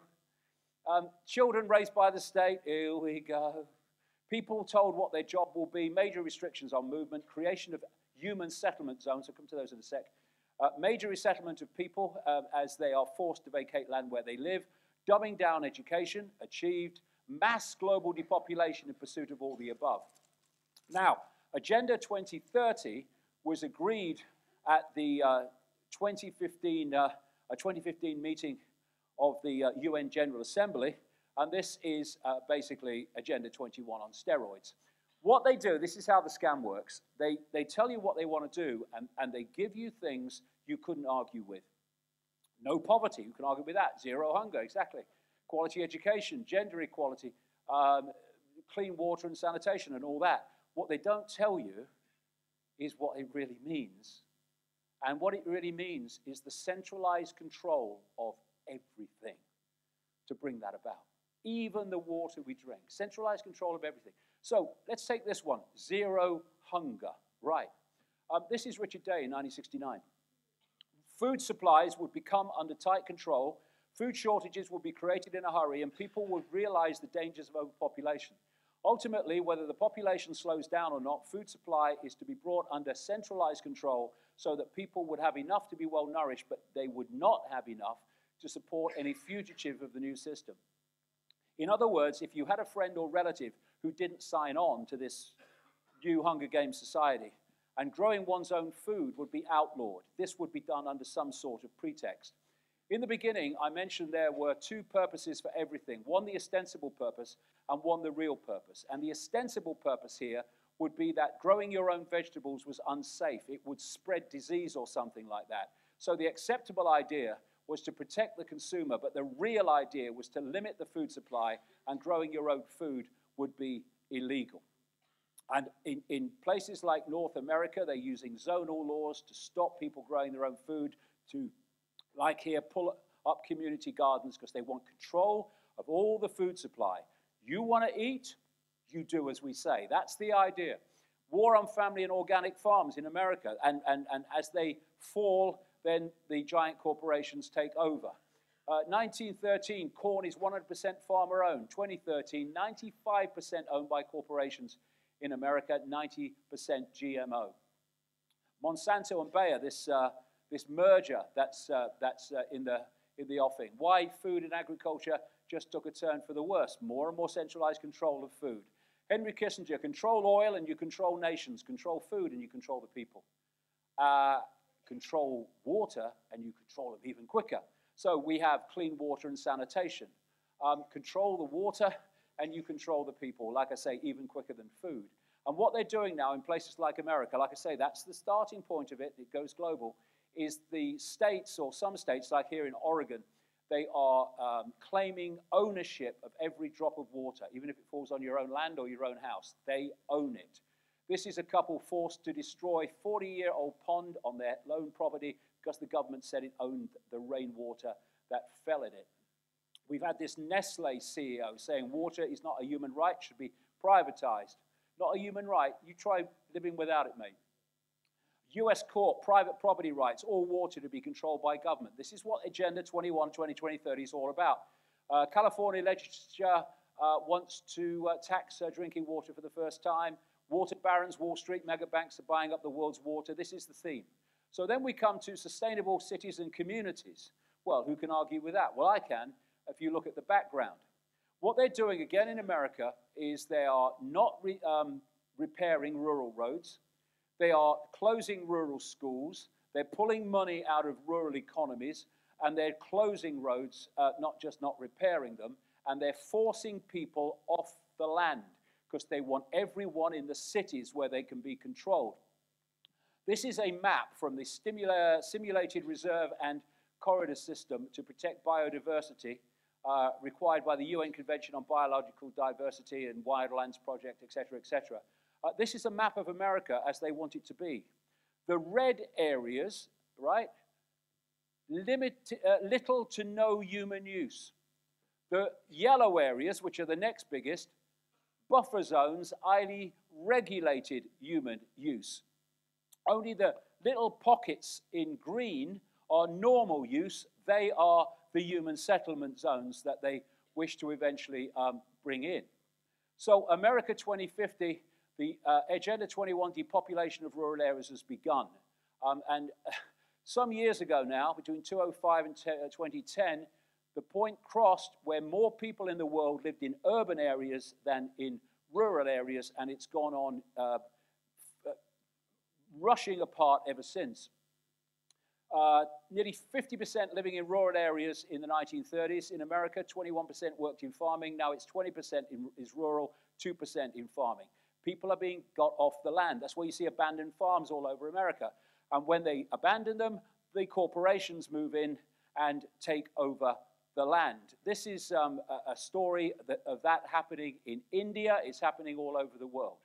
And these are the kind of people who come in and buy the land once they force people off it. So then we go to sustainable cities, because that's where the people are supposed to go when they're forced off the land. And the human settlement zones are planned to be tightly populated with very small apartments, which are happening all the time, where people are forced together and they're under constant 24/7 surveillance because they can be in that situation. This is the mayor of, as then was, Michael Bloomberg in New York, announcing the creation of 165,000 units in New York, and the living space in these units is between the two yellow lines, 30 feet by 10 feet. And this is what they plan in the Hunger Games Society human settlement zones, and it's happening everywhere. One of the ticks, as I've gone around the world on my checklist, is this, and it's everywhere. Mini prisons and micro apartments built across America in the name of sustainability. This is the Agenda 21-2030. Warning over micro homes that are barely larger than a jail cell. That's in Britain. Agenda 21, city officials, developers recommend coffin apartments for the middle class. This is in Australia. It's one of them in Australia. And of course, I understand why they have them in Australia, because they haven't got enough land, have they?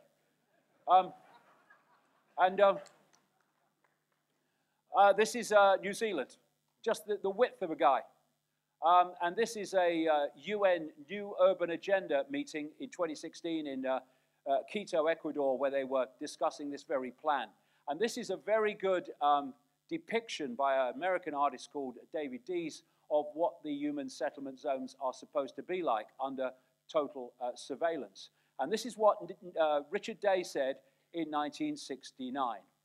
Privately owned housing would become a thing of the past. The cost of housing and financing housing would gradually be made so high that most people couldn't afford it.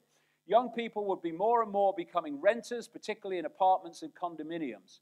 People would not be able to buy homes, and gradually more and more of the population would be forced into small apartments which would not accommodate very many children. Again, another tick all over the world. Most people in their 20s and 30s will never buy a home. That was Australia. Young people in UK increasingly giving up on owning a home. Obama's America, 1/3 of millennials broke, single, living at home. Our homeless figures rising because of housing crisis. That is in Sweden. And this is a story from this week highlighting the incredible cost of buying a home in cities in the United States. Exactly as he said. But he went on. This is the next stage. Ultimately, people would be assigned where they would live, and it would be common to have non-family members living with you. This by way of your not knowing just how far you could trust anybody. This would all be under the control of a central housing authority. Have this in mind. When they ask how many bedrooms in your house, how many bathrooms in your house, do you have a finished game room? This information is personal and of no national interest to government under our existing constitution, but you'll be asked those questions, as we are. Now, just to complete this, this section, a vital, vital point. Actually, I started out on this in a way.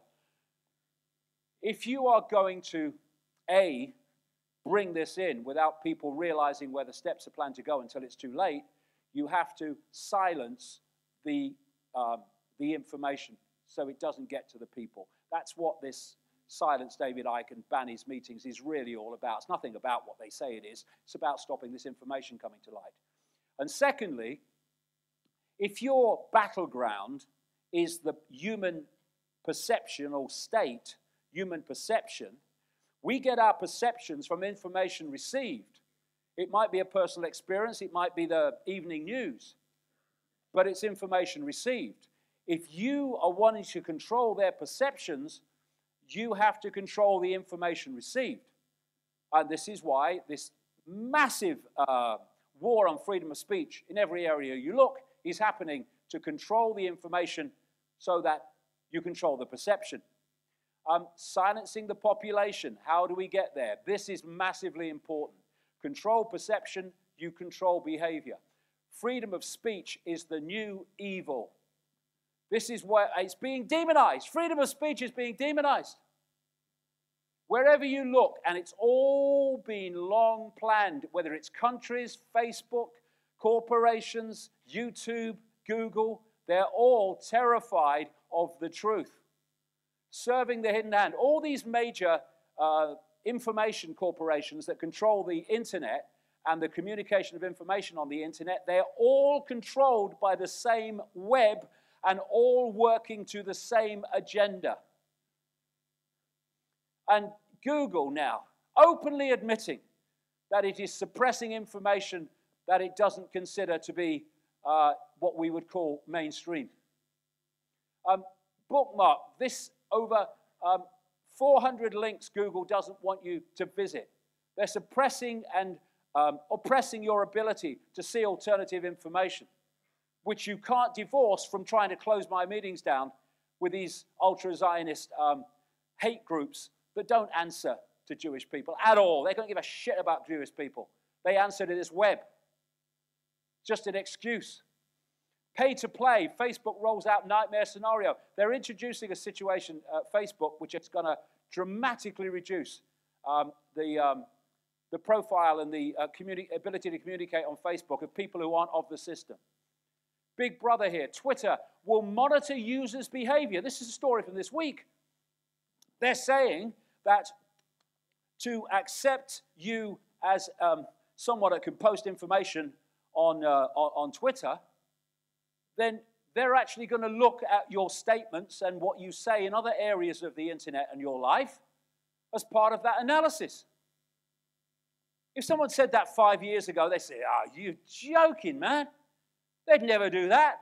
It was always planned to do that. All these people, Monsters, Inc., all owned by the web. Silicon Valley is the devil's playground. And look at the control. When we get into transhumanism, we'll come back here big time. But look at the control that that small area of Northern California now has over the communication and circulation of information worldwide. All planned, terrified of the truth. This is where the fake news thing comes from. We'll call it fake news, and then we'll have the excuse to suppress it and stop it circulating. And so Facebook and Google, they're having fact checkers to check facts to see if it's credible or not. Facebook's fact checkers, funded by the same international terrorist behind radical cop-killing groups in the USA, George Soros. He's funding the fact checker groups that are deciding what is acceptable and not. Google and Soros-backed fact checkers join forces to control news research results. Where are you, mainstream media? because you're next. Oh, the Pope condemns fake news.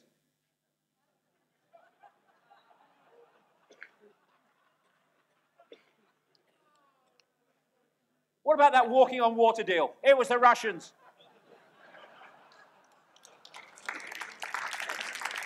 Ah!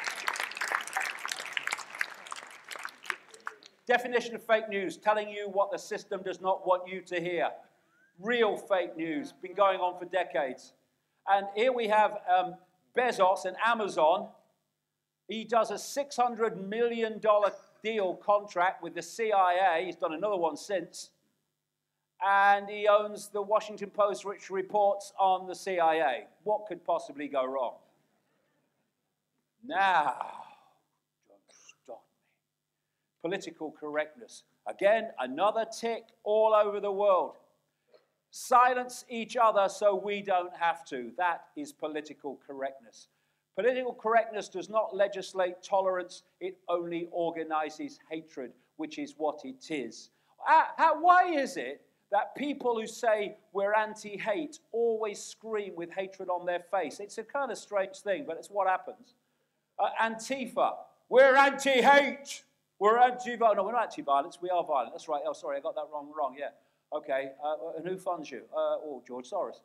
Antifa, this black bloc method as well. It's anti-fascist fascism. They're doing what the Nazis did. What did the Nazis do? What does any tyranny do? When it starts to get power, it burns the books. It bans the meetings. It stops the circulation of any information that's challenging it and exposing it. And we've got to such a crazy situation now of inversion, where people who call themselves progressive, which is supposed to be liberal, it isn't, they are using the same methods as the Nazis to silence people they don't agree with. And they're so far up their own arse without a torch, they cannot see it. Antifa, the elite's proxy army to destroy your freedom. No hate, face of hate, stooges of the elite, slaves fighting slaves for the slave owners. And this political correctness, this was simply George Orwell's Newspeak in 1984. Newspeak, a controlled language as a tool to limit freedom of thought and concepts that pose a threat to the regime, such as freedom, self-expression, individuality, and peace. He talked about old speak, which were words that had the ability to articulate detail, to express your thoughts and your opinions in detail, which our language has had.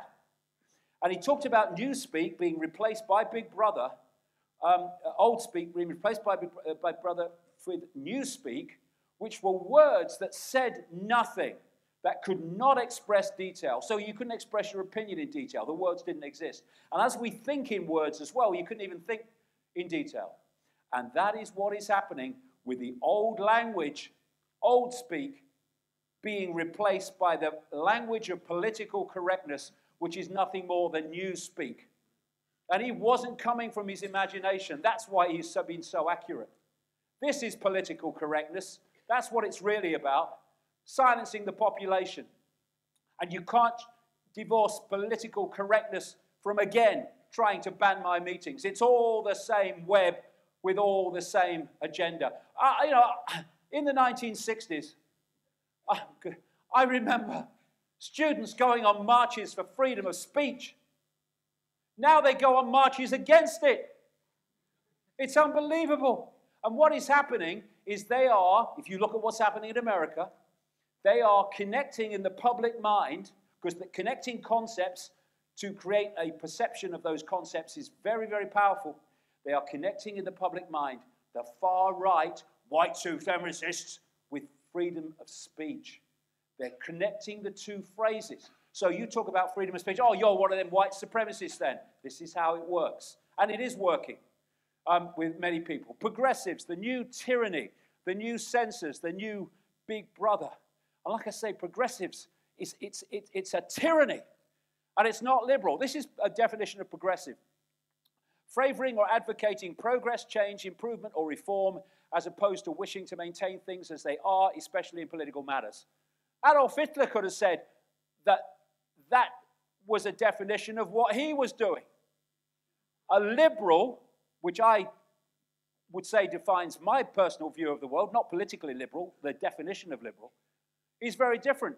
Favorable to or in accord with concepts of maximum individual freedom possible, especially as guaranteed by law and secured by governmental protection of civil liberties, favoring or permitting freedom of action, especially with respect to matters of personal belief or expression.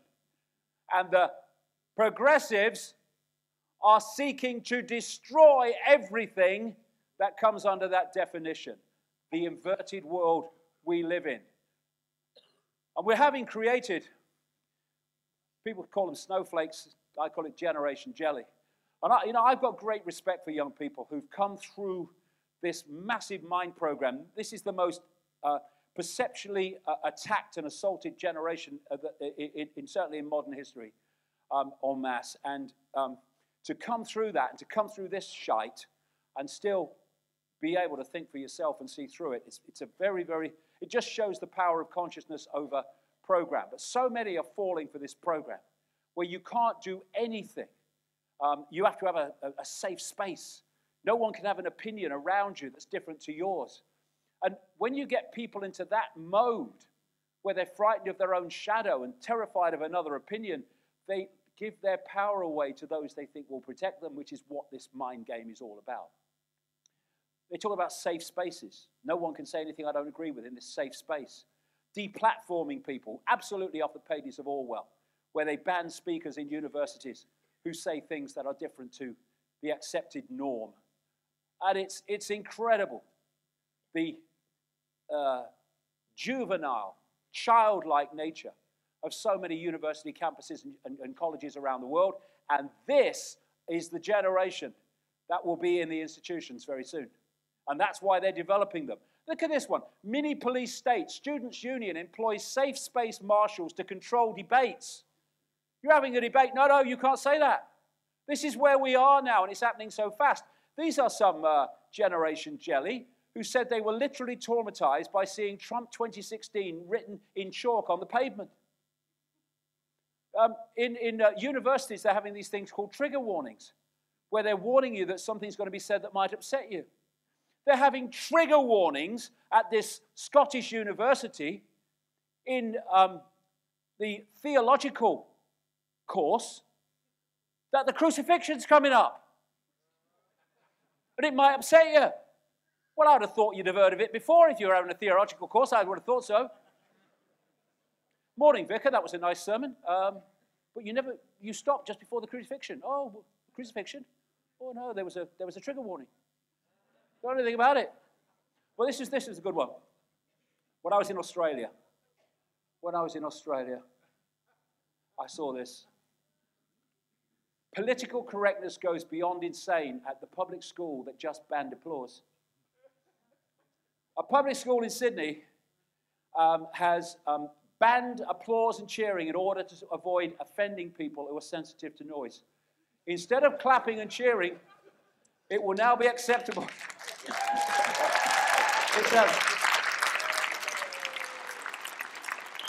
Instead of clapping and cheering, it would now be acceptable to engage in air punching and to pull excited faces. And students will even be allowed, and parents will be allowed to wriggle on the spot. No, I'm not making this up, the writer said. You don't have to today. You don't have to. And while real oppression is going on, where are they? We've got a meeting. This is the new fascism run by anti-fascists. Political correctness is fascism pretending to be manners. That's exactly what it is. And it's not about diversity. It's about destroying diversity, inversion. And, of course, political correctness means you fall into label. You fall into label consciousness, which is identity politics, which no longer says, I want what's fair and just for everybody. You say, I only want what suits me. That's identity politics. Israel have been experts at it. The Zionist movement is the world's greatest political correctness institution in all its forms because it's so well organized. And this is the antidote. This is the deprogramming device. A bit of backbone, because we go on being intimidated into not saying this, don't say that, oh no, better not say that, oh keep quiet about that, we're going to hit a wall eventually. And that wall is going to have a big sign on it, end of freedom. So how deep is the program? Just to finish here, this is what Richard Day said in 1969. Nothing is permanent. Streets will be rerouted, renamed. Areas you had not seen in a while will become unfamiliar. Among other things, this would contribute to older people feeling that it was time to move on.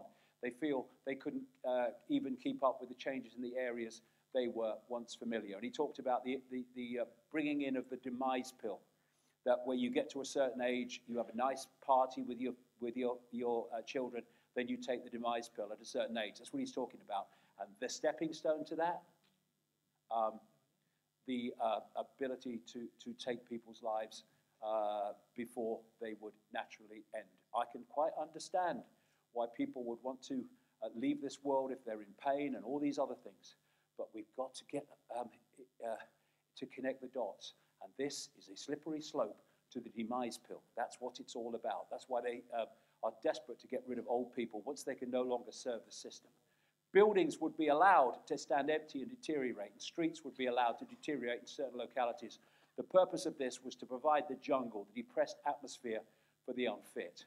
The bringing in of the new system probably would occur on a weekend in the winter. Everything would shut down on Friday evening, and Monday morning, when everyone awakened, there would be an announcement that the new system was in place.